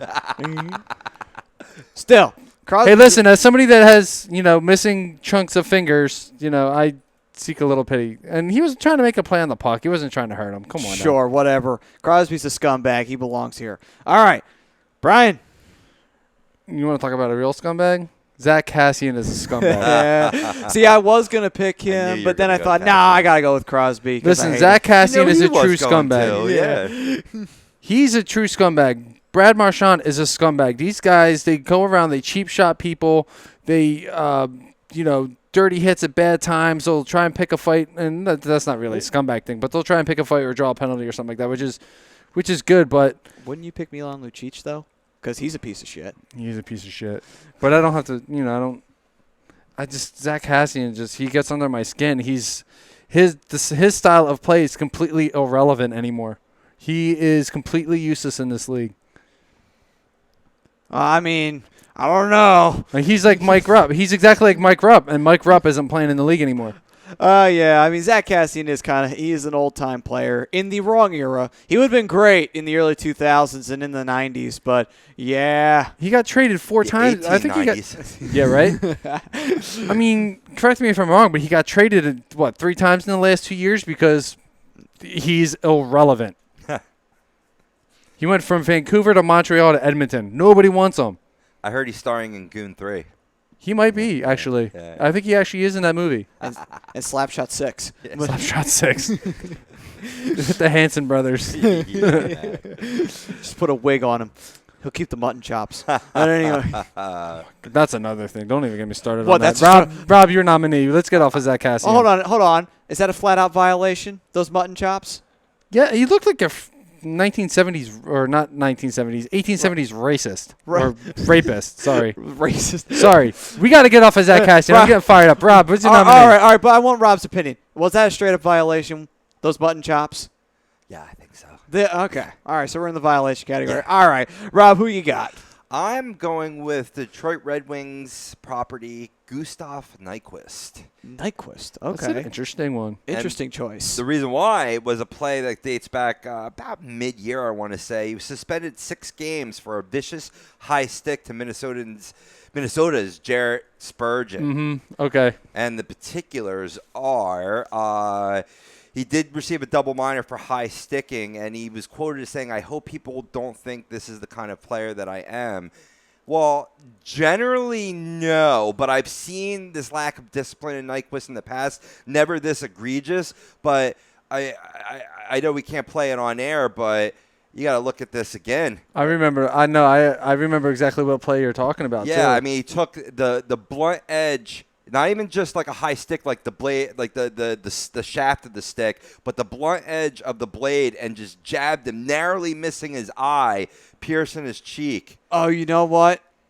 Okay, I hadn't seen this play in a while. Yeah. I remember could see it good? Yeah. And it was that he definitely showed his concern, but he says, I think he said something about he blacked out or something like that for a second. He didn't realize what happened. But you could definitely tell. That's why he's an obsolete mule. Mm-hmm. You could definitely tell that there was definitely intent there. You see it on this other angle here in a second. Because there's a check there by Spurgeon, and then boom. Yep. Yeah, that's definitely, Watch this. Really wish you guys could see this. Ooh, man, he just takes him with the tip of the blade, and he just nails him straight in the face underneath the face guard of the mask. Yeah, just people out there, after the show, look it up on YouTube. Yeah. You're already on YouTube listening to us, so check out the player. Open up a different window real quick. You can still hear our show and play that on mute. Another perfect example of Gustav Nyquist actually being undisciplined was during the playoffs when he was still in the Predators. Yes, that was the other time I was thinking, He took a Detroit Red Wings player's face, I think it was Zetterberg, and threw him into the boards, literally grabbed him by his helmet and threw him into the boards. This was after the game, too, by the way. This was after the game. The Red Wings had beaten the Predators. It was the only win the Red Wings got in that series. And bam, he just smashed his head. It was like, what the hell? What is wrong with you? Sure, your team just lost, but what the hell is wrong with you? Irony of all ironies, he wound up playing with Zetterberg for a couple of years. Yeah. Angry. The guy's clearly got anger issues. Yep. Obviously. But we have 3 different nominees. I have Sidney Crosby. And you've got Zach Cassian of the Edmonton Oilers. Rob has got of the Detroit Red Wings, Gustav Nyquist. Nyquist. And we will let the hockey gods decide. Schulte, be in my favor. Gustav Nyquist. Yeah. Son of a The gray bitch. mullet goes to him. I am hot, man. Let's go to Vegas after the show. Hey, Let's go. listen. Hey, AC just maybe. goes to show A you. lot closer. Zach Cassian, even in the gray mullet, can't win. Yeah. There you go. There you go. There you go. Comment. But hey, guess what? Speaking of Vegas, we'll get to the expansion draft in just a little bit. But we got one more award to give, and that is the Gordie Howe Unsung Hero Award. And that is, of course, in memoriam of the late, great Mr. Hockey, Gordie Howe, who tragically passed away. One of the best players of all time in the NHL. And a Red Wings legend and a hockey legend, all in one. All right. On to the Gordie Howe Unsung Hero Award. And this is award to the player that is the most clutch for the regular season or postseason that got his team as far as they got. And my nominee is Pittsburgh Penguins' Jake Gensel. He got robbed of the Conn Smythe, but definitely deserves to be that unsung hero who, without his play, I mean, he was, bar none, the best rookie player in the postseason. No one was better than him. That's including Connor McDavid and Austin Matthews. No one was better than him. Nobody's been better than him in quite a while since Dino Ciccarelli of the late 90s in terms of tying his rookie points record in the playoffs. Absolutely. And another great player in Dino Ciccarelli along with that. Yeah, just my opinion, when you're in that company, you're in good company right there. Jake Gensel absolutely deserved it and got absolutely robbed of the Conn Smythe Award. But still, let's see if he can get the Gordie Howe Unsung Hero Award. Also, I don't want that shit-faced twit Crosby to get another award. But anyway, moving on. To you, Brian, who is your unsung hero? Sidney Crosby. Hey! How? I'm just kidding. I was just trying to get you all riled up again. Of course. Mission That accomplished. That's Like an Zach Cassidy impossibility. makes my blood boil, Sidney Crosby makes his blood boil. Well, I mean, okay, so, you don't like the Edmonton Oilers, understandably so. They're going to be a team that's going to be a thorn in your side for years to come, including they Zach will. Cassian. And for me, the Penguins are currently a thorn in my side with that shit-faced twit, Sidney Crosby. My real unsung hero, though, is Jean-Gabriel Pageau from the Ottawa Senators. I almost put him, man. I really did. I wanted to because he made such a difference in the playoffs. He did. But I looked at the numbers and I was like, man, it seemed more than that. I mean, he did more. He did a lot more than what his stats say in 19 playoff agreed. games. 8 goals, 2 assists for 10 points. It's not necessarily the quantity, it's the quality. Was it a clutch goal? That's the more important factor here. That's what I tell my dad when he insults my woman choices. With J.G. Pageau, though, most of his goals were all clutch. He had a 4-goal performance 1 point in the playoffs. I believe it was against – I want to say it was against the Rangers. But he was very critical in getting the Ottawa Senators as far as they did, whether it be scoring or just leadership or whether it be a good scoring chance to get the Ottawa Senators going or a hit. And he doesn't do the hit much, but – Pageau, he's only 24 years old. He's still got a lot of growing to do. And I think as time goes on, he's going to continue to be a really good player as he finished the year with 33 points, and I only see it going up from there. All right. Mr. Povia, what is your unsung hero? Like I said, I almost went Pageau, but I decided going with Jake Allen, St. Louis Blues. I mean, on the season, had 33 wins. 2.42 goals against average, a 9.15 save percentage, and 4 shutouts. And a lot of that was down the stretch, getting the Blues into the playoffs. He was their MVP, and that's what we're talking about. The Gordie Howe Unsung Hero Award, the player that's clutch regular season or postseason that got his team to the dance. Well, Jake Allen got his team to the dance. He had a slow start of the season, so a lot of those numbers were benefit of that home stretch. And then in the playoffs, had a 196 goals against and a 935 save percentage. 6 wins against 5 losses. I think that was more of a team effort there. They didn't get knocked out of the playoffs because of Jake Allen, so that's who I went with. I like that. Good choice. So we have Jake Gensel, Jean-Gabriel Pageau, and Jake Allen. Now, actually, if you're willing to change, Brian, we can have a battle of Jakes. If you want to change it. No, because there's no other Jake that I could think of that was really well. I mean, all J's. We got 3 J's here. Let's party after the show. All right. I was gonna say maybe Jakob Silverberg, but see, that was what I was gonna. I was leaning you towards that, but you didn't want to take the bait. Damn it! Damn it! I don't think he was that beneficial. He had a couple big goals, but I want to bring out that Homer side that's sitting there. Come on. Nah, I'm good. All right. Homer. All right, let's go to the hockey gods, to Mr. Schultze. Who does he think deserves to be the unsung hero of the year? And it will be Jean-Gabriel Pageau, who wins the Gray Mullet for the Unsung Hero Award. That's a PAGEAU. PAGEAU. Thank you. Yeah, buddy. I'm keeping track here, so in case we want to publish this, we got the data. Yes. The data. All right, then. So with our Gray Mullets in the books for 2017, Mr. Pove, who did we have winning this year's awards? Absolutely. I'll go through it in a second. And I'm happy that the gods went JG because I almost went with them too. And the stats led me away, but the stats don't tell the whole story. I agree with you 110%, Brian. For biggest regular season disappointment, Tampa Bay Lightning. All right. For biggest postseason disappointment, Chicago Blackhawks. For biggest scumbag of the year, Gustav Nyquist. Best coach, Mike Sullivan. Best forward, Connor McDavid. Best defenseman, Ryan Suter. Best goalie, Sergei Bobrovsky. Gordie Howe Unsung Hero Award goes to J.G. Pageau. Underdog of the year goes to the Nashville Predators. All right. Well, there we go, folks. There is your Gray Mullets of 2017. Those are our awards. All the other awards can suck it, including the NHL ones, because we are the real hockey experts around here. Not what you'll see Wednesday night. Yeah. Yeah. The only thing you tune into is for the expansion draft. And great segue, because that's exactly what we're going to be jumping into. But before we actually dive into that, Rob, do you have the Twitter poll up?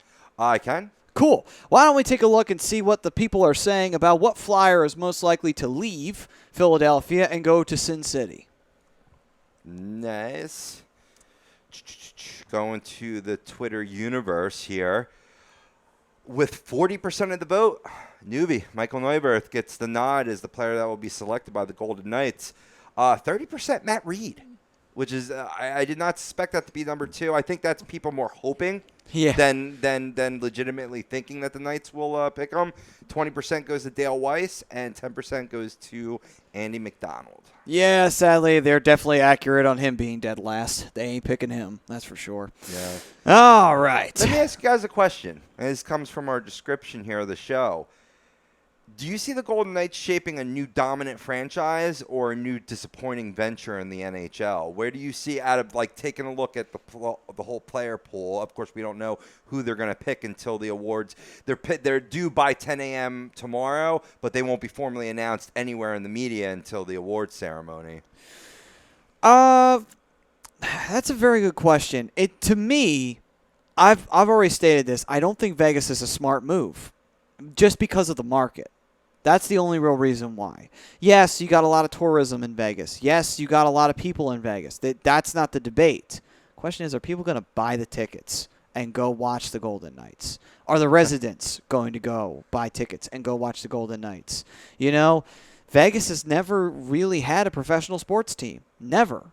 So, and I think sadly the NHL should have waited until the NFL put the Raiders there, because that way they would have known, hey, sports can fly there. Because if the NFL ain't going to fly there, what hope in hell, snowball's chance, do you think you'd have the NHL surviving in the middle of a desert?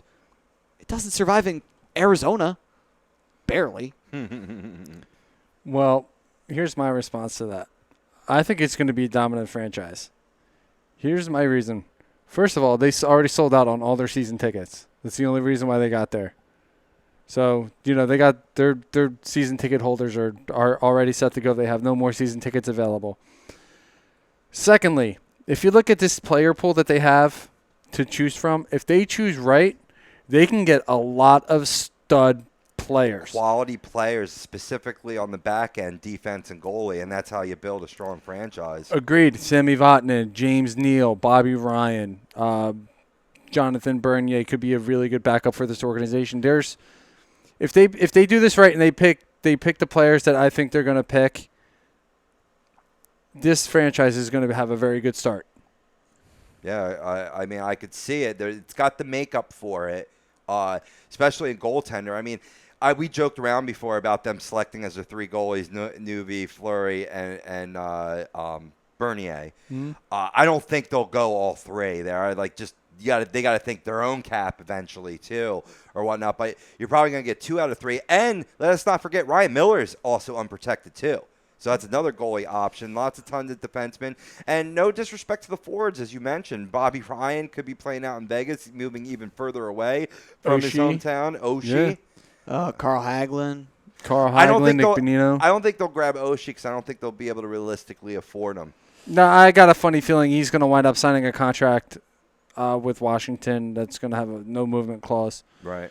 So, I mean, obviously it's not going to happen before tomorrow night, but... Which would make you wonder why the hell, if they were going to make that deal, why wouldn't they do it before the expansion draft? But you know what? This is Washington. They can't even get out of the second round. And look at it. They have the full crop of selections. Normally in expansion, there's at least 2 teams. So, you know what I mean? You have another team picking, and they might grab, just like a fantasy draft, Brian, they might pick the guy you were trying to get, 1 round before you or 1 pick before you. Bastards. So they have the ability to really put together a nice team. But ultimately, I'm going to side with Maddie on this one. I think they sold out tickets, right? Because it's new, a Vegas team. You're going to have the Vegas Raiders there out there in 3 years. So there's a lot of buzz. Once that buzz dies, the Raiders will succeed and the Golden Knights will fail. It's a tourist town. How do you build a fan base in a tourist town? Don't get me wrong. There's plenty of locals in Henderson, but the novelty, I think, may wear out thin, and that's where I side with Maddie. But can they put together a good team that could potentially contend or maybe even dominate down the road? Yes, I do agree with that. But in terms of fanfare, I have some worries there. Well, as long as they put a good product out on the ice, I don't think you're going to have to worry about a fan base. And I think that's been Arizona's biggest problem is they never really put a good product out on the ice. Well, I mean, even when they first moved the Winnipeg Jets down to Phoenix, they had good players. You know, they had guys from the Winnipeg Jets that were originally there. And per example, they went and got out guys like Jeremy Roenick, and they went and they had Rick Tocchet. They had guys who were really solid players that had played in other markets to try and get something going for the team. They could never make it happen in the playoffs. They could never make it happen during the regular season because the team of itself just never really had a chance to succeed in the first place. They didn't have the players. For one thing, they really didn't have the players. You know, the two guys that I just mentioned, they were their best players. I don't necessarily think location is ever really the problem. It's just it's more the product out of it. Because I don't care. I don't care. know. Well, how would you say? Well, then what's Atlanta? You know, Atlanta has a very shitty fan base. Yeah, even it's for the because Braves. And the Braves are the most coveted team out of Atlanta. You go through the 14 years that Atlanta won the division, 14 straight years, they had a fan base. Nobody pays to go see a poor product out on the ice. I thought he was making a noise because I was talking Braves baseball for a second. Nah, getting a little water in the sin bin here. I was gonna agree with you because I hate the Braves myself. But nobody's gonna pay to go see a poor product. Like the Atlanta Thrashers crashed because they had a poor team out there every single year. Oh yeah, they tried to build something around Ilya Kovalchuk. If you could put a team back in Quebec, and if there's poor product, you're not going to sell tickets. And Braves, let's face it, are struggling. They're on the rebuild. I mean, I think if there's any marquee team in Atlanta, it's got to be Atlanta Falcons. But I mean, besides that, yeah, fan base wise, and when they suck or have subpar years, you see more empty seats too. So yeah, it's all about the product that you put out on the ice, and if you're not putting out a good product, nobody's going to pay to go see it. You could be in a huge hockey town to begin with. But again, the same problem you run into with Vegas is look at all the distractions that are in Vegas. The casinos, the shows that are going on there that the team's going to have to compete with year round. I got the solution. Every seat comes with a slot machine right in front of you. That's a perfect idea. Yeah, but think about the people that take their families out to Vegas too. It's something else for families to do while they're out there. Instead of making the family sit in a casino watching you gamble, you take the kids to a hockey game. Yeah, that's true. That's true. But I mean, again, we'll see if it turns out. We'll see what happens. I mean, Arizona has been a disappointment. Will they follow in that footstep? We'll find out. Moving on. Speaking of Arizona Coyotes. Let's take a look here and see what they got on the protected roster. Nick Cousins, who they got from the Flyers just recently. Anthony Duclair, that's no surprise. Jordan Martinook. Tobias Ryder. Oliver Ekman-Larsson. Alex Goligoski. Connor Murphy. Luke Shen. Really? Chad Johnson. He played out there in the desert pretty well. Very ironically. He did. They got him back to his style of play, and he did play pretty well. He played more of a shutdown defensive game than he, tried to do in Philadelphia. Overall, I think good protected players. All right, then on to our available players. Alexander Bormistrov, Shane Doan, Tyler Gaudette, Peter Holland, Josh Joris, or Josh Giroux, actually, as it's pronounced. Jamie McGinn, Jeremy Moran. Don't know if he's related to Sam. Mitchell Moroz, Chris Mueller, Timu Pulkkinen, Brad Richardson, Garrett Ross, Brandon Trock, Radim Verbata, Joe Whitney, Kevin Connaughton, Jamie McBain, Zbigniew Michalek, Jared Tenorti, and Louis Dominique. The Golden Knights are going to be like, can we skip Arizona and not pick from them and pick two players from the Penguins? Actually, I think they'd be pretty smart to go after Zbigniew Michalek, but that's just me. Michalek's not bad. Some people were saying that they would go and take Verbata. I don't know why you do that, but he's veteran leadership. He had a solid season. No, he's not a bad player. He's just getting up there in age. That Yeah. might be a good pick. I'm going to bring up Shane Doan for two reasons. One is that's, again, a good proven leader or what have you. And also, David Roska chimes in on the YouTube. I think he was asking where will Shane Doan. I think he meant to say, like, will Shane Doan be the guy that gets picked or gets picked in the expansion draft? My vote is yes. Okay. Well, as of yesterday, the Shane Doan and the Arizona Coyotes have agreed to mutually part ways. So even if he doesn't go to Vegas, he's going to be seeing another home regardless. A 40-year-old Shane Doan, yeah, I could see them wanting to part ways, and maybe that's what Roska's asking is where will he land? Will he land with the Golden Knights? I didn't know that they were agreeing to part ways, so that makes a lot more sense with the question. I would go with Alexander Burmistrov, just because he has potential, and he has shown it. He just doesn't always show it. That's the problem. He needs to get into a system that works for him. But if you take a chance, you might actually get something good out of him. It's tough because the ownership in Arizona is so bad. That is true. It is bad. All right. Well, we're going to go to our final break. But when we come back, we'll dive into more of these rosters and more of these unprotected and protected players and see what best ones are available. But first, let's talk to you about the Sports Outlet for all your sporting needs, located at 703 Black Horse Pike in Glendora, New Jersey. You can go call 856-939-2030. You can email them at sportsoutletnj@comcast.net or visit them on the web at www.sportsoutletinc.com. This is the Hockey Happy Hour on A2DRadio.com. We will be right back with more expansion draft action after this.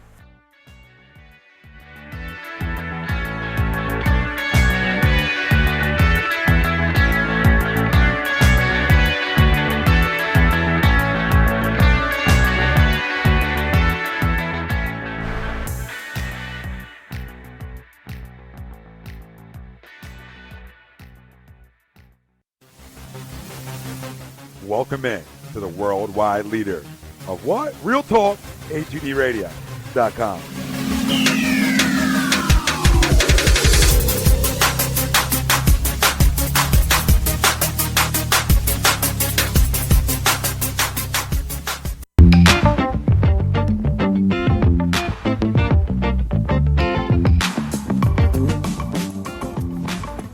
A2DRadio.com is sponsored by the Sports Outlet for all your sporting needs, located at 703 Black Horse Pike in Glendora, New Jersey. Give them a call at 856-939-2030 or email them at sportsoutletnj@comcast.net or visit them on the web at www.sportsoutletinc.com for all your sporting needs. The Sports Outlet.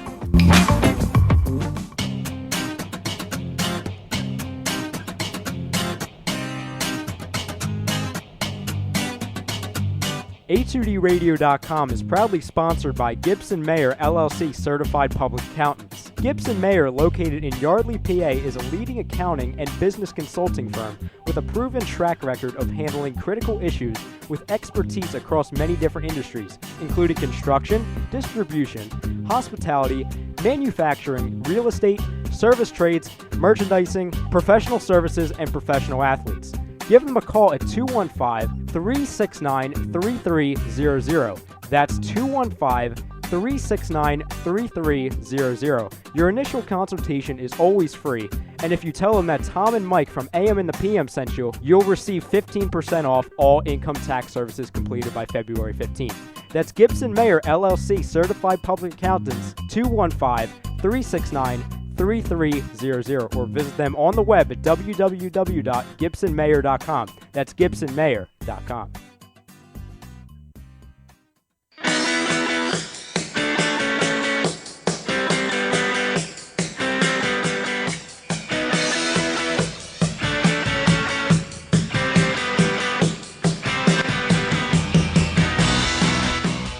Hey, do you need to get your skills in shape? Then contact the Scanzano Sports Center, located at 5 Carnegie Plaza in Cherry Hill, New Jersey. You can give them a call at 856-889-3434 or visit them on the web at www.scanzanosports.com. John Scanzano offers individual, semi-private, and team training lessons in hitting, pitching, catching, outfield, along with turf rentals. The Scanzano Sports Center is equipped with a 31,000 square foot indoor facility, 4 batting cages, and a 4,000 square foot strengthening and conditioning room. So what are you waiting for? Contact the Scanzano Sports Center today.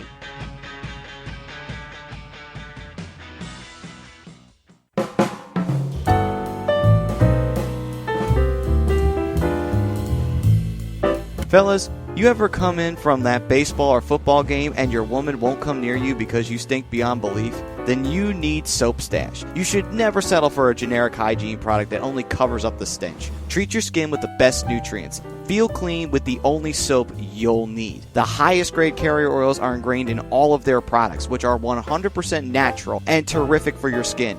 No sulfates, parabens, or phthalates, and synthetic fragrance free. Contact Soap Stash for your sample package and give your woman what she deserves. You can contact Soap Stash at 844-890-3197 or visit them on the web at soapstash.com or Facebook at Soapstash LLC. Once again, their number is 844-890-3197. Soap Stash, the new soap standard.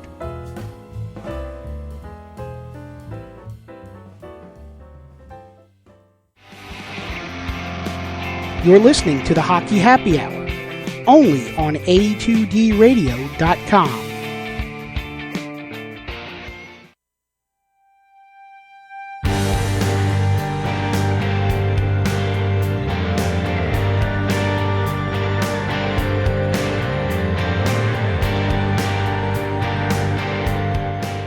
Welcome back, ladies and gentlemen, to the Hockey Happy Hour. We are live from the BMW of Atlantic City Studios here in Mount Ephraim, New Jersey, and we are brought to you by Scanzano Sports Center, located at 5 Carnegie Plaza in Cherry Hill, New Jersey. Give them a call at 856-889-3434 or visit them on the web at www.scanzanosports.com.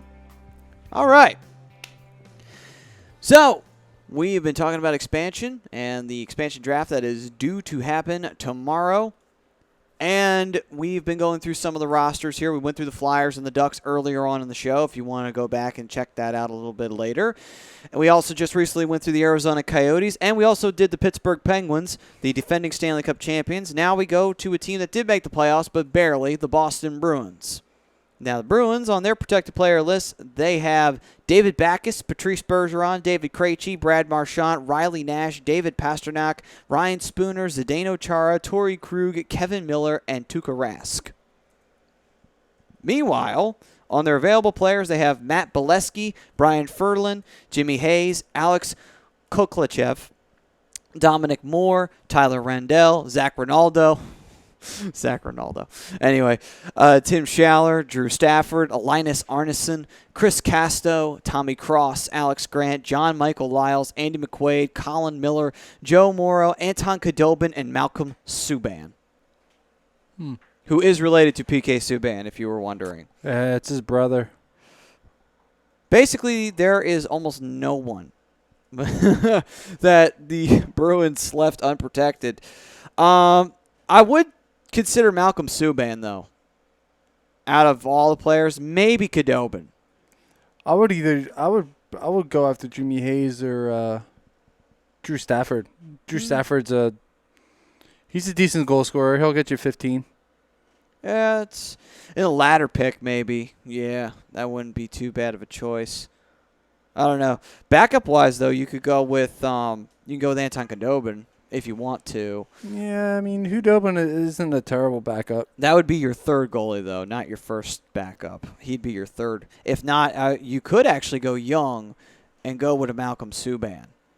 I mean, he's unproven. That's the only scary part. He's completely unproven. You are taking a gamble. But if he turns out to be a big player, might be a benefit to take a chance on him. I mean, it's possible. I'm not going to sit here and say otherwise. But, I mean, of that Buffalo Sabres roster of unprotected players, the more intriguing ones to me are Jimmy Hayes and Drew Stafford. You mean the Sabres? We were just talking the Bruins. Yes. Yeah. You said Sabres. Did I? Okay. It happens, Sorry, man. It meant happens. It happens, dude. Trust me, I wish the Bruins would just roll over and die because I don't like them anyway. All right. You know what? Why don't we go to the Blackhawks? I'm actually very intrigued to see what they've got here. The Blackhawks protected players. Actually, Rob, I apologize. What were you thinking about Boston's unprotected list? Let me just get it back up in front of me for a second. Sorry, I was doing some back-end stuff. Boston, B. The big B on your chest. Man. Come on. Where are you there? No, Buffalo. Boston. Unprotected. Drew Stafford. All right. I had a lot of talent. I mean, don't get me wrong. There's a lot to choose from here, and pardon me if I'm being redundant, but I mean, Dominic Moore is a good choice. Zach Ronaldo, no, just kidding. You know, on the back end, Jean-Michael Lyles, defense. You know what? Actually, let me change that. No, not Drew Stafford. I would go with the youngest defenseman possible here on this list because that's what they really need to do. They got to get younger in their back end, similar to the New York Rangers. So, I mean, John-Michael Lyles might fit that. It's kind of tough without seeing their ages right in front of me here. I mean, I think Tommy Cross is a young player. Yeah, I mean, it'll either be Lyles or Drew Stafford. I'll just wrap it up there. All right, then. So now we go on to the Chicago Blackhawks, the 3-time Stanley Cup winners, the former dynasty of the NHL. Let's talk about what they've got here on the protected players. Artem Anisimov, Ryan Hartman, Marian Hossa, Thomas Yurko, Patrick Kane, Richard Panik, Jonathan Toews, Nicholas Jarmerson, Duncan Keith, Brent Seabrook, and Corey Crawford. I am not surprised by almost anybody on this list. I'm a little surprised by Ryan Hartman. Yes, because the youth. That would be the reason why. Even Thomas Yurko got traded to Chicago because he didn't do shit in Detroit. Yeah, and in case anyone's wondering, no, Artemi Panarin is not available for the expansion draft. On to the available players. We have Kyle Baun, Andrew Desjardins, Marcus Kruger, Pierre Cedric Labrie, Michael Latta, Brandon Maschinter, Dennis Rasmussen, Jordan Tutu. Oh, my God. I forgot about him. Brian Campbell, Dylan Fournier, Sean Lalonde, Johnny Aduya, Vili Polka, Michael Roosevelt, Victor Svedberg, Trevor Van Riemsdyk, Mac Gareth, and Jeff Glass. This is an easy one. Yeah, I'd go with TVR. Yeah, exactly. Yeah, you go. There's with the young defenseman that I was speaking of. So you can go with Drew Stafford from Boston, get this younger defenseman. Now, I know I misspoke. I was saying the Bruins need to get younger, and we're talking about a player being ripped from them. But still, they want to get some young players on this Vegas team, too. So, agreed. Yeah. Very much agreed. And Van Riemsdyk definitely fits that bill, as I believe he's 24, 25, if I'm not mistaken. He's not that old, to say the least. All right, now on to 25. Nice. 25, nice. All right, now on to speaking of youth players, let's go to the Oilers. Let's see what they've got going on over here. We'll go to the Flames in a minute, but let's go to the Oilers first here, and then we'll go to the Maple Leafs. First up, Leon Draisaitl on the protected list, along with Jordan Eberle, Zach Kassian, Mark Letestu, Milan Lucic, Patrick Maroon, Ryan Nugent-Hopkins, Oscar Cliffborn, Adam Larson, Andre Sekera, and Cam Talbot. The only one that I would disagree with is you could let Milan Lucic walk because he's a piece of shit. But that's a different story. Moving on. Available players, David Desharnais, Justin Fontaine, Matt Hendricks, Roman Horik, Jura Kara, Anton Lander, Iro Pekarinen, Tyler Pitlick, sorry, that's a funny name, Zach Pachero, Benoit Pouliot, Henrik Samuelsson, Bogdan Yakimov, Mark Fain, Andrew Ferentz, Mark Fraser, Eric Greba, David Mussel, Jordan Osterley, Griffin Reinhart, Chris Russell, Dylan Simpson, Laurent Brassoit, and Jonas Gustafsson. My God, who don't they have protected on this list? They have a massive unprotected list here. Yes, they do. Benoit Pouliot is definitely he's definitely going to get selected from Edmonton. Yeah, I agree. Yeah, Benoit Pouliot's leave. All right, on to the Flames. Let's see, what does the other young Buck team that's on the rise out in the West, What do they have sitting in their toy chest that they're willing to share? Let's see. On the protected list, Mikhail Backlund, Sam Bennett, Michael Furland, Michael Frolik, Johnny Gaudreau, Curtis Lazar, Sean Monahan, TJ Brody, Mark Giordano, Dougie Hamilton, and Mike Smith. On to their non-protected list, Brandon Bollig, Lance Bouma, Troy Brower, Alex Chasen, Freddie Hamilton, Emily Portier, Hunter Shinkarik, Matt Stajan, Chris Versteeg, Lyndon Vey, Matt Bartkowski, Ryan Culkin, Derek England, Michael Koska, Brett Kullock, Ladislav Smeed, Michael Stone, Dennis Weidman, Tyler Wotherspoon, Brian Elliott, and Tom McCollum. I'm thinking maybe like Lance Bouma. Lance Bouma is still a young forward. He's got a lot of potential. Or I would bring in either Alex Chason. Chason brings some veteran experience to this team. You know, out of all the players here, I would still say you take, I don't know. I'm not too sold on Brian Elliott anymore. It's hard to say. I might go with Stone on defense. You can never go wrong with Stone. Or Stoner. Stone's not bad. He's a solid Oh, D-man. speaking of, I'm glad you reminded me of this. Completely unrelated to Clayton Stoner, actually, but Anaheim is parting ways with Simone Dupre. Yes. Interesting. So he is going to be one of the unprotected players, obviously. They cut ties with his contract. He's a free agent now. Oh, wow. So, not even. Rob, what are you thinking about this list here on Calgary? Freddie Hamilton would be a good pick. Troy Brower, I think, would be a good pick, even though he's a little long in the tooth. True. Stajan's not a bad choice either. Stajan's not a bad choice at all. I'm going to go Dennis Weidman. I think they go defenseman here. Yeah, that would make sense to go defenseman at some point. I mean, you got Brian Elliott, too, who's a quality goaltender, but based on the crop that we've talked about, I'd put him fifth behind all of those other four. Yeah, so, all right then. So that's what we got for Calgary. And now moving on to Toronto. So we got to go all the way down to the T's here.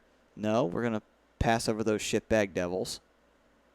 No one gives a crap about them. There we go. Toronto Maple Leafs. Protected list. Tyler Bozak, Connor Brown, Nazem Kadri, Leo Komarov, Josh Levo, Matt Martin, James Van Riemsdyk, okay, Connor Carrick, Jake Gardner, Morgan Riley, and Frederick Anderson. And no, Austin Matthews is not available for the expansion draft, in case anyone was wondering. Here is the available players. Brian Boyle, Eric Fair, Colin Greening, Seth Griffith, Timu Hartikainen, Brooks Lyke, Brendan Lipsick, Joffrey Lupul, Milan Mikalik, Kirby Reichel, Ben Smith, Andrew Campbell, Matt Hunwick, Alexei Marchenko, Martin Maricine, Steve Oleski, Roman Pollock, Antoine Bebo, and Curtis McElhaney and Garrett Sparks. I was going to go with Joffrey Lupul, but maybe Kirby Reichel would be the guy that I'd take off of that roster. Part of me is thinking you go with McCulloch. He's older, but he's still a solid player. Agreed, but with Kirby Reichel, he still has a little bit of growing to do, but yeah, true. You know, he's still young. I believe he's 23 years old. So he's still got a lot of growing to do, and I think in an organization that's not as young as Toronto is now, he can have a fair shot. Yeah, very, very true. Very, very true. Rob, what are you thinking? This is a tough one because talent-wise, when I went through this list, I like Garrett Sparks a lot. I really do, and I think that he could be a good goaltender in this league. But, again, with all those other guys you could pick from, maybe if you pass up on all those guys or most of those guys, you could go to Garrett Sparks. They might go Joffrey Lupul to try to catch lightning in a bottle because talent-wise, he's second to none. Health-wise, big-time issue. So it would be a huge gamble. But Las Vegas probably is into making huge gambles. So, I mean, that's definitely – Brooks Lyke, I think, is a little long in the tooth, but certainly a good veteran presence. Roman Polak, He's a good defender. So if I had to pick out of those, if they want to take a risk, they'll go Lupul. If they want to take the safe play, Roman Pollock. Well, I mean, Joffrey Lupul is a huge risk considering he might not even be playing again. His abdominal injury is career-threatening. They still don't know if he's going to be playing yet. Be a tough way to end a career. Yeah. But also in the goaltending department, meanwhile, you could go with McElhaney if you want to back up. Possibly, he's not bad for that position at all. Not bad at all. He was played pretty well out in Columbus, and he's done pretty well in Toronto, even though he hadn't seen much ice time. But anyway. All right, so that will do it for that in-depth look into some of the teams of the expansion. We looked into Anaheim, Philly, and a few others as well, a few of the more prominent, popular teams out there. If you want the full list, feel free to go online. The wonderful world of the internet has it everywhere for you, so you can find out who's available, who's not available, and we will find out who will be a Golden Knight tomorrow during the NHL Awards. On NHL.com, and what's really impressive is it's up to the date. He even had Mike Smith on Calgary there as a protected player. No, yep, they can't beat it, cannot beat it. That will do it for this edition of the Hockey Happy Hour. It is time for last call. We thank you all for listening and tuning in. From all of us here, I'm Matt Sassuti. That's Brian Daly. That's Rob Povey behind the boards. We will see you all next week on A2DRadio.com.